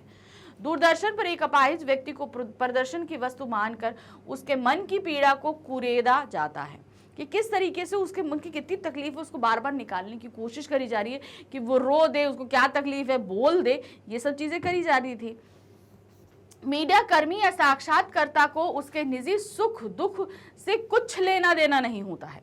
दूरदर्शन पर दिखाए जाने वाले इस प्रकार के कार्यक्रम केवल संवेदनशीलता का दिखावा करते हैं, परंतु वे संवेदनहीन होते हैं। वे पीड़ित व्यक्ति से अर्थहीन एवं मूर्खतापूर्ण प्रश्न पूछते हैं, क्योंकि उनका उद्देश्य ऐसे प्रश्न पूछना है जिससे पीड़ित व्यक्ति की वेदना आंसुओं के रास्ते छलक उठे और दर्शक उनके कार्यक्रम में रुचि लें।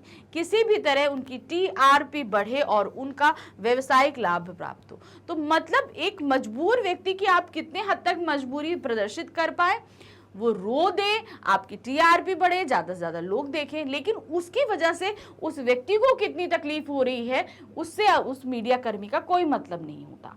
तो यहाँ पर सिर्फ अपने व्यवसाय से मतलब है, अपने टीआरपी से मतलब है। ये चीज यहाँ पर देखी हमने इस कविता में। नेक्स्ट हमारा क्वेश्चन है, कविता के बहाने कविता के प्रतिपाद्य के बारे में अपनी प्रतिक्रिया प्रस्तुत कीजिए। कविता के बहाने, तो हमने इस कविता में क्या पढ़ा था कि कविता की उड़ान जो है वो चिड़िया क्या जाने, कि चिड़िया कविता वहां तक पहुंच सकती है जहां चिड़िया नहीं पहुंच सकती है ना। और कविता का खिलना फूल क्या जाने। अब फूल से एक महकदार चीज होती नहीं, लेकिन कविता जो है वो बहुत ज्यादा महकदार होती है, वो कालजयी होती है। फूल एक समय के बाद मुरझा जाता है, लेकिन कविता जो एक बार खिलती है वो कभी मुरझाती नहीं और हर समय वो महक फैलाती ही रहती है। लेकिन अंत में क्या बताया था, कविता का खिलना जो है बच्चे जाने, यानी कविता को बच्चों के समान सिमिलर उन्होंने कर दिया था। ये चीज हमने इस पूरी कविता में देखे थे। अब इसी प्रतिपाद्य को आपको यहाँ, आप इस प्रतिपाद्य से क्या समझ रहे हैं या प्रतिपाद्य को आप अपने शब्दों में लिखिए। कविता के बहाने कविता कुंवर नारायण के इन दिनों काव्य संग्रह से ली गई है। ठीक है, कवि आज के समय में कविता के वजूद को लेकर आशंकित है। उसे संदेह है कि यांत्रिकता के दबाव में कविता का अस्तित्व छेड़ ना हो जाए। ऐसे में यह कविता की अपार संभावनाओं को टटोलने का एक अवसर देती है। कविता के बहाने यह एक यात्रा है जो चिड़िया फूल से लेकर बच्चे तक जाती है। एक ओर प्रकृति है तो दूसरी ओर भविष्य की ओर कदम बढ़ाता बच्चा। चिड़िया की उड़ान की सीमा है, लेकिन बच्चों के सपने असीम होते हैं। कविता भी शब्दों का खेल है और शब्दों के इस खेल में जड़, चेतन, अतीत, वर्तमान और भविष्य सभी उपकरण मात्र हैं। इसीलिए जहां कहीं रचनात्मक ऊर्जा है वहां सीमाओं के संबंध कमजोर पड़कर टूट जाते हैं, वह चाहे घर, भाषा या समय की ही सीमा क्यों ना हो। तो यहाँ पर भाषाओं की सीमा को बताया है कि ये जो है वो हर सीमाओं के पार निकल जाती है। नेक्स्ट क्वेश्चन है क्वेश्चन नंबर 11। इसमें क्या पूछा है, काव्य खंड पर आधारित 3 प्रश्नों में से किन्हीं 2 प्रश्नों के उत्तर 40 शब्दों में देने। अब हमारे पास में क्या दिया है, काव्य खंड से ही प्रश्न आ रहा है और काव्य खंड से अब जो हमसे हमारे सामने 3 प्रश्न रखे गए उनमें से 2 प्रश्न जो हमें करने हैं वो हमें सिर्फ 40 वर्ड्स में करने हैं। ठीक है, अभी हमने 60 वर्ड में किए थे, अब हम 40 वर्ड्स में करेंगे और यहाँ पर ये प्रश्न रहेगा 2 मार्क्स का। ठीक है, तो वर्ड लिमिट प्लीज बहुत ज्यादा ध्यान रखिएगा, बहुत जरूरी होती है ये चीज। तो आते हैं पहला प्रश्न, उषा कविता गांव की सुबह का गतिशील चित्रण है कैसे। सुबह जो है ना क्या क्या चीजें घटती हैं किसी गांव में, कैसे क्या होता है, सारा परिवर्तन होता है, ये उषा के माध्यम से कवि ने हमको बताया। जैसे कि राख से लिपा हुआ चौका था हमारे पास, नदी के किनारे एक युवती को बताया उन्होंने, तो ये सारी चीजें गतिशीलता को ही प्रदर्शित कर रही हैं। तो क्या है, उषा कविता में कवि शमशेर बहादुर सिंह ने ग्रामीण उपमानों का प्रयोग कर गांव की सुबह को गतिशील शब्द चित्र के माध्यम से सामने लाने का प्रयास किया है। कविता में नीले रंग के प्रातःकालीन आकाश को राख से लिपा हुआ चौका कहा गया है। ग्रामीण परिवेश में ही गृहिणी भोजन बनाने के बाद चौके चूल्हे को राख से लीपती हैं जो प्रायः काफी समय तक गीला रहता है। तो किस तरीके से अभी अभी वो काम खत्म हुआ है, इस चीज को प्रदर्शित करने के लिए उन्होंने राख से लिपा हुआ चौका बताया है। इसी तरीके से और भी उपमान प्रस्तुत किए हैं, जैसे कि काली स्लेट पर जो है लाल चौक। तो यहाँ पर बच्चे किस तरीके से सुबह उठकर जा रहे हैं, उनका कार्य हो रहा है, इस गतिशीलता को बताया गया है। तो ये भी आप यहाँ पर दे सकते हो। दूसरा बिंब काले सिल का दिया है उन्होंने। काला सिल अर्थात पत्थर के काले टुकड़े पर केसर पीसने का काम भी गांव की महिलाएं करती हैं। तो किस तरीके से वो भी एक कार्य हो रहा है, तो ये भी एक गतिशीलता कार्य चल रहा है। तीसरा बिंब काले स्लेट पर लाल खड़िया चौक मलने की क्रिया नन्हे ग्रामीण बालकों द्वारा होती है। इस बिंबात्मक चेतना से गतिशील शब्द चित्र भी मौजूद है। यहाँ सवेरे अपने अपने कार्यों में लगे ग्रामीण वर्ग तथा जनजीवन की गतिशीलता को स्पष्ट करने का प्रतिमान है। किस तरीके से सुबह हो गई है और सब अपने अपने कार्यों में रत है, ये चीज प्रदर्शित करी जा रही है। यहाँ स्थिरता का नामो निशान नहीं है, यहाँ नहीं है कि यहाँ पे चीजें रुकी हुई हैं। जैसे जैसे सूरज बाहर आ रहा है वैसे वैसे लोगों का कार्य भी बढ़ता जा रहा है। गतिशीलता इस अर्थ में है कि तीनों शब्द चित्र स्थिर ना होकर किसी ना किसी क्रिया में के अभी अभी समाप्त होने के सूचक हैं। अतः कह सकते हैं कि शमशेर की कविता गांव की सुबह का जीवंत चित्रण है, कि मतलब यहाँ पर ये कार्य हो रहे हैं, ऐसा नहीं है कि समय रुक गया है, काम चल रहे हैं, ये चीज प्रदर्शित हो रही है।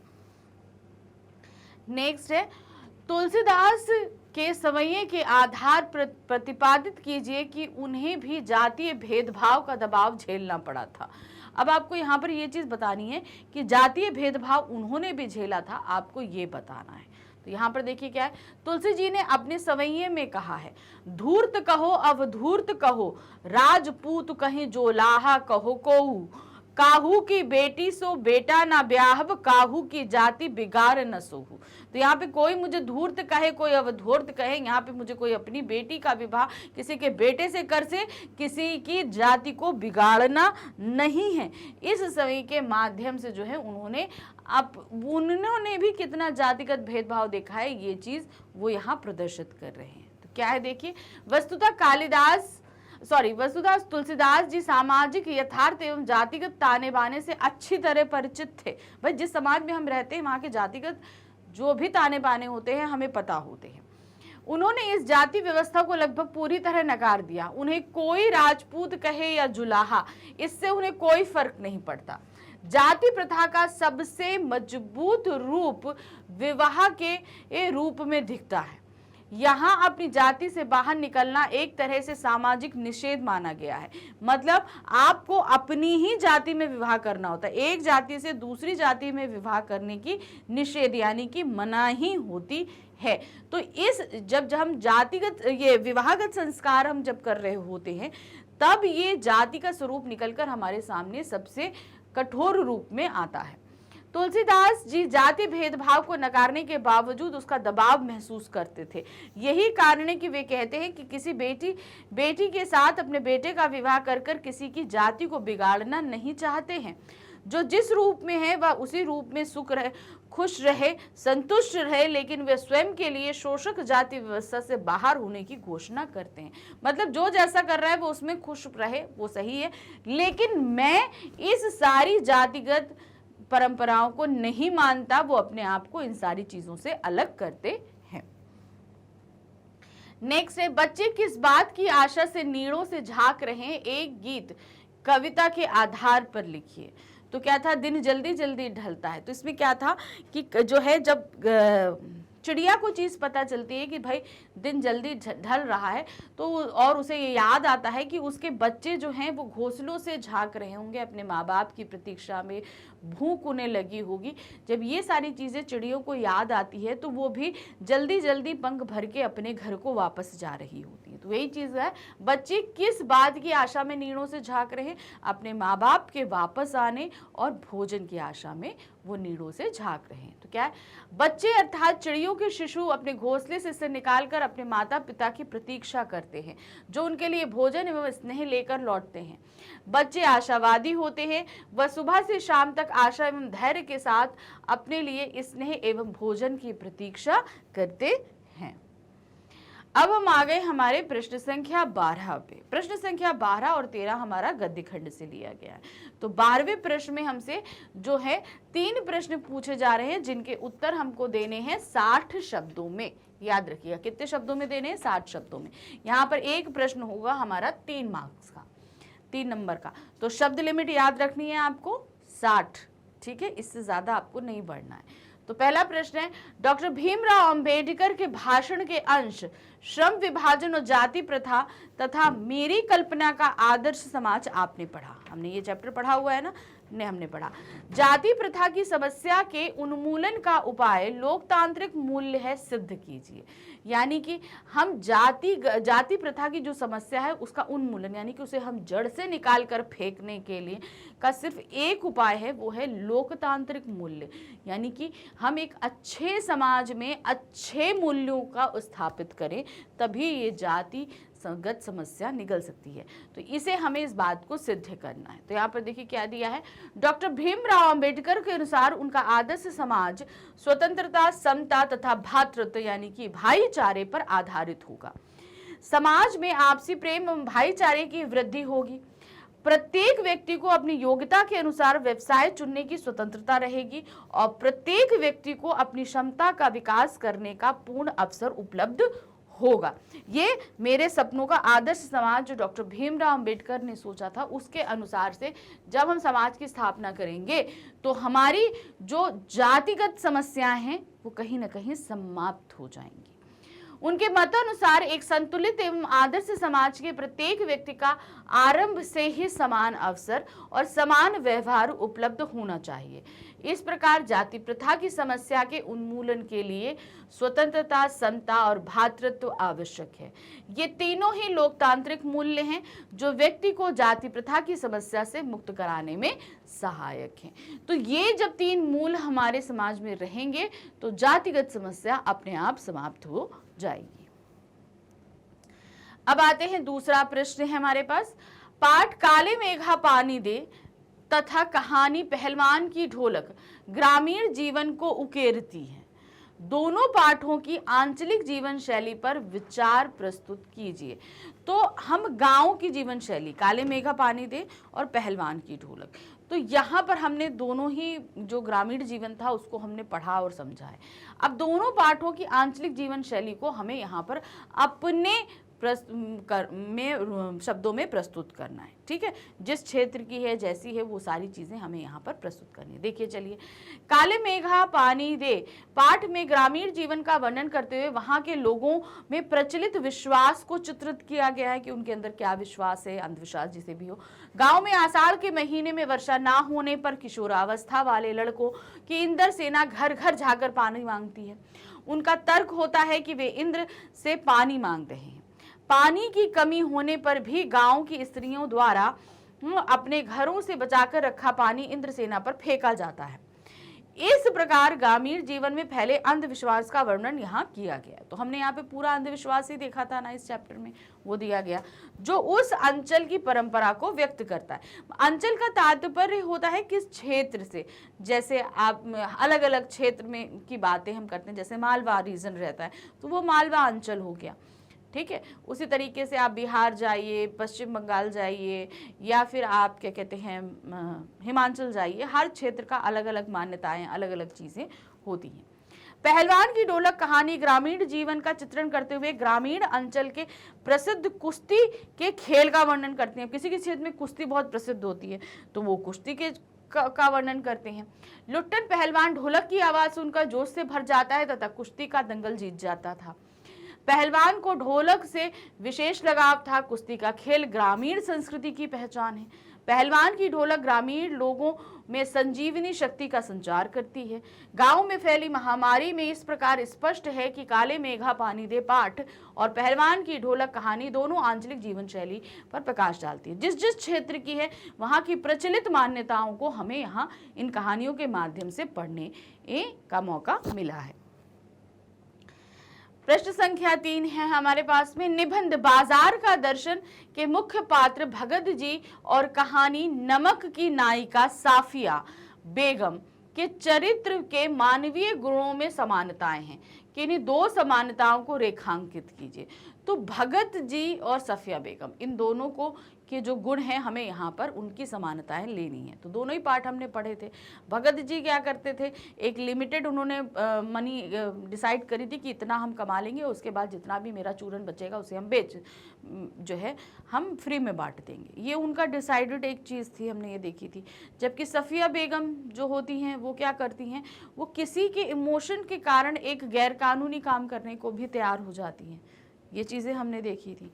तो क्या देखिए क्या है, बाजार दर्शन निबंध के मुख्य पात्र भगत जी और नमक कहानी की नायिका सफिया बेगम के चरित्र के मानवीय गुणों में समानताएं हैं। उनकी दो समानताएं निम्नलिखित हैं। पहला है ईमानदारी, दोनों ईमानदार थे, है ना भाई। भगत जी ईमानदार थे, अपनी पूरे दिन की कमाई जो भी उनकी डिसाइडेड थी उसके बाद वो आगे नहीं करते।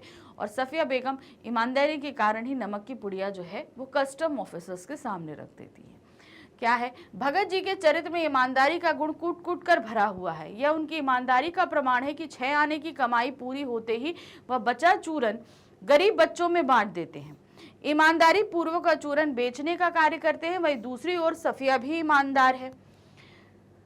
जब उसे ये पता चलता है कि पाकिस्तान से भारत नमक ले जाना गैर कानूनी है तो वह तय करती है कि प्रेम की इस भेंट को वह चोरी से नहीं ले जाएगी। इस प्रकार दोनों ही पात्र के चरित्र में ईमानदारी का गुण व्याप्त है। तो ये पहला गुण हो गया। दूसरा गुण था प्रेम और इंसानियत को महत्व था। भगत जी का व्यक्तित्व संतोषी स्वभाव का है। वे सभी व्यक्तियों को प्रेम पूर्वक जय जय राम कहकर स्वागत करते हैं तथा सभी का सम्मान करते हैं। वे मनुष्य को महत्व देते हैं। इस प्रकार सफिया भी जाति धर्म आदि को महत्व नहीं देती बल्कि प्रेम और इंसानियत को महत्व देती है। इसीलिए वह कस्टम अधिकारी से अपनी मानव के प्रति प्रेम शक्ति व बुद्धि चातुर्य के कारण सब कुछ स्पष्ट रूप से कह देती है। अतः स्पष्ट है कि दोनों पात्र प्रेम और इंसानियत को महत्व देते हैं, मतलब वो चीज़ों को छिपाती नहीं और साफ साफ बता देती है ये चीज़। तो ये दो गुण जो है हमारे इन दोनों कैरेक्टर में व्याप्त थे। अब हमारे पास है हमारे प्रश्न संख्या 13। प्रश्न संख्या 13 में भी हमारे पास हमारे गद्य खंड के जो चैप्टर हैं, आरोह बुक के गद्य खंड के जो चैप्टर हैं उसमें से प्रश्न आ रहे हैं 3 में से हमें करने हैं 2, जिसकी हमारी वर्ड लिमिट है 40 वर्ड्स, ठीक है। और एक प्रश्न के हमें नंबर्स मिल रहे हैं 2, यानी कि पूरे टोटल 4। तो चलिए देखते हैं। पहला प्रश्न है, लुटन सिंह पहलवान को जब राज दरबार से हटा दिया गया तो उसका जीवन किस प्रकार प्रभावित हुआ। भाई जब तक वो राज दरबार में था बहुत ऐशो आराम की जिंदगी, अच्छे से खा पी रहा था, लेकिन जब गांव आया तो उसे बहुत तरह की परेशानियों का सामना करना पड़ा। उन्हीं को आपको यहाँ लिखना है। क्या है, श्यामनगर के राजा की मृत्यु के पश्चात उसके पुत्र ने विलायत से आकर राजपाट संभाला। उनके पुत्र को पहलवानी में कोई दिलचस्पी नहीं थी, अतः 15 वर्ष के लंबी अवधि के पश्चात उन्होंने राज पहलवान को पद से हटा दिया। तब लुटन सिंह अपने पुत्रों के साथ गांव आकर कुछ समय तो गांव वालों की सहायता से तथा अंत में मजदूरी करके अपना जीवन निर्वाह करने लगा। तो किस तरीके से, पहले तो गांव वालों ने मदद की और बाद में भाई कितने दिन तक कोई गांव वाला मदद करेगा, फिर उस क्या हुआ, उसे मजदूरी करनी पड़ी और तब वो अपना जीवन चला रहा था। नेक्स्ट क्वेश्चन आते हैं, बाजार के जादू के चढ़ने उतरने का मनुष्य पर क्या प्रभाव पड़ता है, बाजार दर्शन पाठ के आधार पर बताइए। बाजार का जादू चढ़ता है, आंखों के जरिए चढ़ता है, ठीक है, और जब उतरता है तो क्या होता है, बाजार से तो बहुत फालतू की चीज ले आते हैं और जब घर पहुंचते हैं तब हम देखते हैं कि अरे ये तो कोई फालतू की चीज थी, तब वो जादू उतरता है। तो इसको आप किस तरीके से लिखोगे, देखिए, बाजार का जादू से तात्पर्य उस स्थिति से है जब व्यक्ति बाजार की चकाचौंध देखकर उसकी वस्तुओं को खरीदने के लिए उत्सुक होता है। हम जब मार्केट पहुंचते, अरे वाह इतना अच्छा, ये सब को करके और बस हम उसको खरीद लेना चाहते हैं, है ना। फिर क्या, देखिए, बाजार का जादू चढ़ने का प्रभाव, सबसे पहले जिस प्रकार चुंबक लोहे को अपनी ओर खींचता है उसी प्रकार बाजार का जादू चढ़ने पर मनुष्य उसकी ओर आकर्षित होता है। उसे लगता है कि मैं ये सामान भी लूं, वह भी लूं। उसे सभी वस्तुएं अनिवार्य तथा आराम बढ़ाने वाली मालूम होती हैं, तो वो सब कुछ खरीद लेना चाहता है। अब क्या है, जब उसका प्रभाव उतरता है तब क्या होता है, मनुष्य पर बाजार के जादू के उतरने का प्रभाव यह पड़ता है कि फैंसी चीजों की बहुतायत उसके आराम में मदद नहीं देती बल्कि खलल ही डालती हैं। उसे लगने लगता है कि इससे थोड़ी देर गर्व जरूर महसूस होता है पर इससे अभिमान की ग्याली को और खुराक मिल जाती है। मतलब हम अपने अभिमान को शांत करने के लिए फालतू की चीजें घर ले आते हैं, कुछ देर के लिए तो हमें सुख देती हैं लेकिन वो ज्यादा देर के लिए नहीं देती हैं। नेक्स्ट क्वेश्चन है, भक्तिन अपना वास्तविक नाम लोगों से क्यों छुपाती थी, भक्तिन को यह नाम किसने और क्यों दिया। उसका असली नाम क्या था, लक्ष्मण, लेकिन वो लोगों को बताती नहीं थी। क्यों, क्योंकि वो अपने नाम के बिल्कुल विपरीत थी। लक्ष्मी का मतलब क्या है, बहुत धन संपत्ति, अमीर व्यक्ति ऐसा, लेकिन उसके जीवन में दुख तकलीफ सब कुछ थी, तो वो अपने नाम के बिल्कुल विपरीत थी, इसी कारण वो लोगों को अपना नाम नहीं बताती थी। तो देखिए, भक्तिन का असली नाम लक्ष्मी अर्थात लक्ष्मी था। लक्ष्मी का अर्थ है धन की देवी, लेकिन उसकी दशा अपने नाम से बिल्कुल मेल नहीं खाती थी। उसके जीवन में धन का घोर अभाव था, इसीलिए वह अपना असली नाम किसी को नहीं बताती थी। उसे यह नाम शायद उसके पिता ने दिया होगा, क्योंकि हमारे समाज में लड़की का पैदा होना लक्ष्मी यानी धन का आना माना जाता है। किसने दिया, पिता ने दिया। क्यों दिया, तो उस समय की जो मान्यता रही होगी उसके अनुसार दे दिया गया। तो इस तरीके से हमारा क्लास 12 का कोर का magnet Ben sample paper number 3 यहाँ पर समाप्त हुआ। तो देखिए हमने किस तरीके से फटाफट प्रैक्टिस कर ली। तो इसी तरीके से हम अभी प्रैक्टिस के लिए और भी पेपर लेकर आएंगे, तो बिल्कुल रेडी रहिएगा। मैग्नेट बेस अभी तक आपको 100% फ्री एजुकेशन देता आया है और आगे भी देता रहेगा, लेकिन आपकी पढ़ाई के लिए हम थोड़ा ज़्यादा चिंताग्रस्त रहते हैं कि किसी तरह आपकी पढ़ाई को हम आसान बना दें। तो इसीलिए अब मैग्नेट बेस आपके लिए लेकर आया है बुक्स और ई बुक्स। ये बुक्स और ई बुक्स आपको मिल रही हैं किंडरगार्टन से लेकर क्लास 12 तक के सभी सब्जेक्ट्स के लिए। इनको बहुत ज़्यादा असरदार और आपके लिए आसानदायक बनाने के लिए हमने क्या किया है, इसे अलग अलग कैटेगरीज में डिवाइड किया। जैसे हम क्या करते हैं, हमने एनसीईआरटी सॉल्यूशन किया तो एक बुक हमारी एनसीईआरटी सॉल्यूशन बुक हो गई। हम एमसीक्यूज करते हैं तो एक बुक हमारी एमसीक्यूज बुक हो गई। तो इस तरह अलग अलग कैटेगरीज में आपके लिए बुक रेडी है। अब इन्हें बात आती है प्राप्त करने की। तो इन्हें प्राप्त करने के लिए आपको नीचे डिस्क्रिप्शन बॉक्स में एक लिंक दिया गया है, उसके अंदर एक फॉर्म है, उसे क्लिक करिए। क्लिक करते ही आपके सामने जो फॉर्म आएगा उसको फिल करिए, सबमिट करिए। सबमिट करते ही हमारा एक टीम मेंबर आपसे जल्द ही कॉन्टेक्ट करेगा। Thank you for watching, bye bye.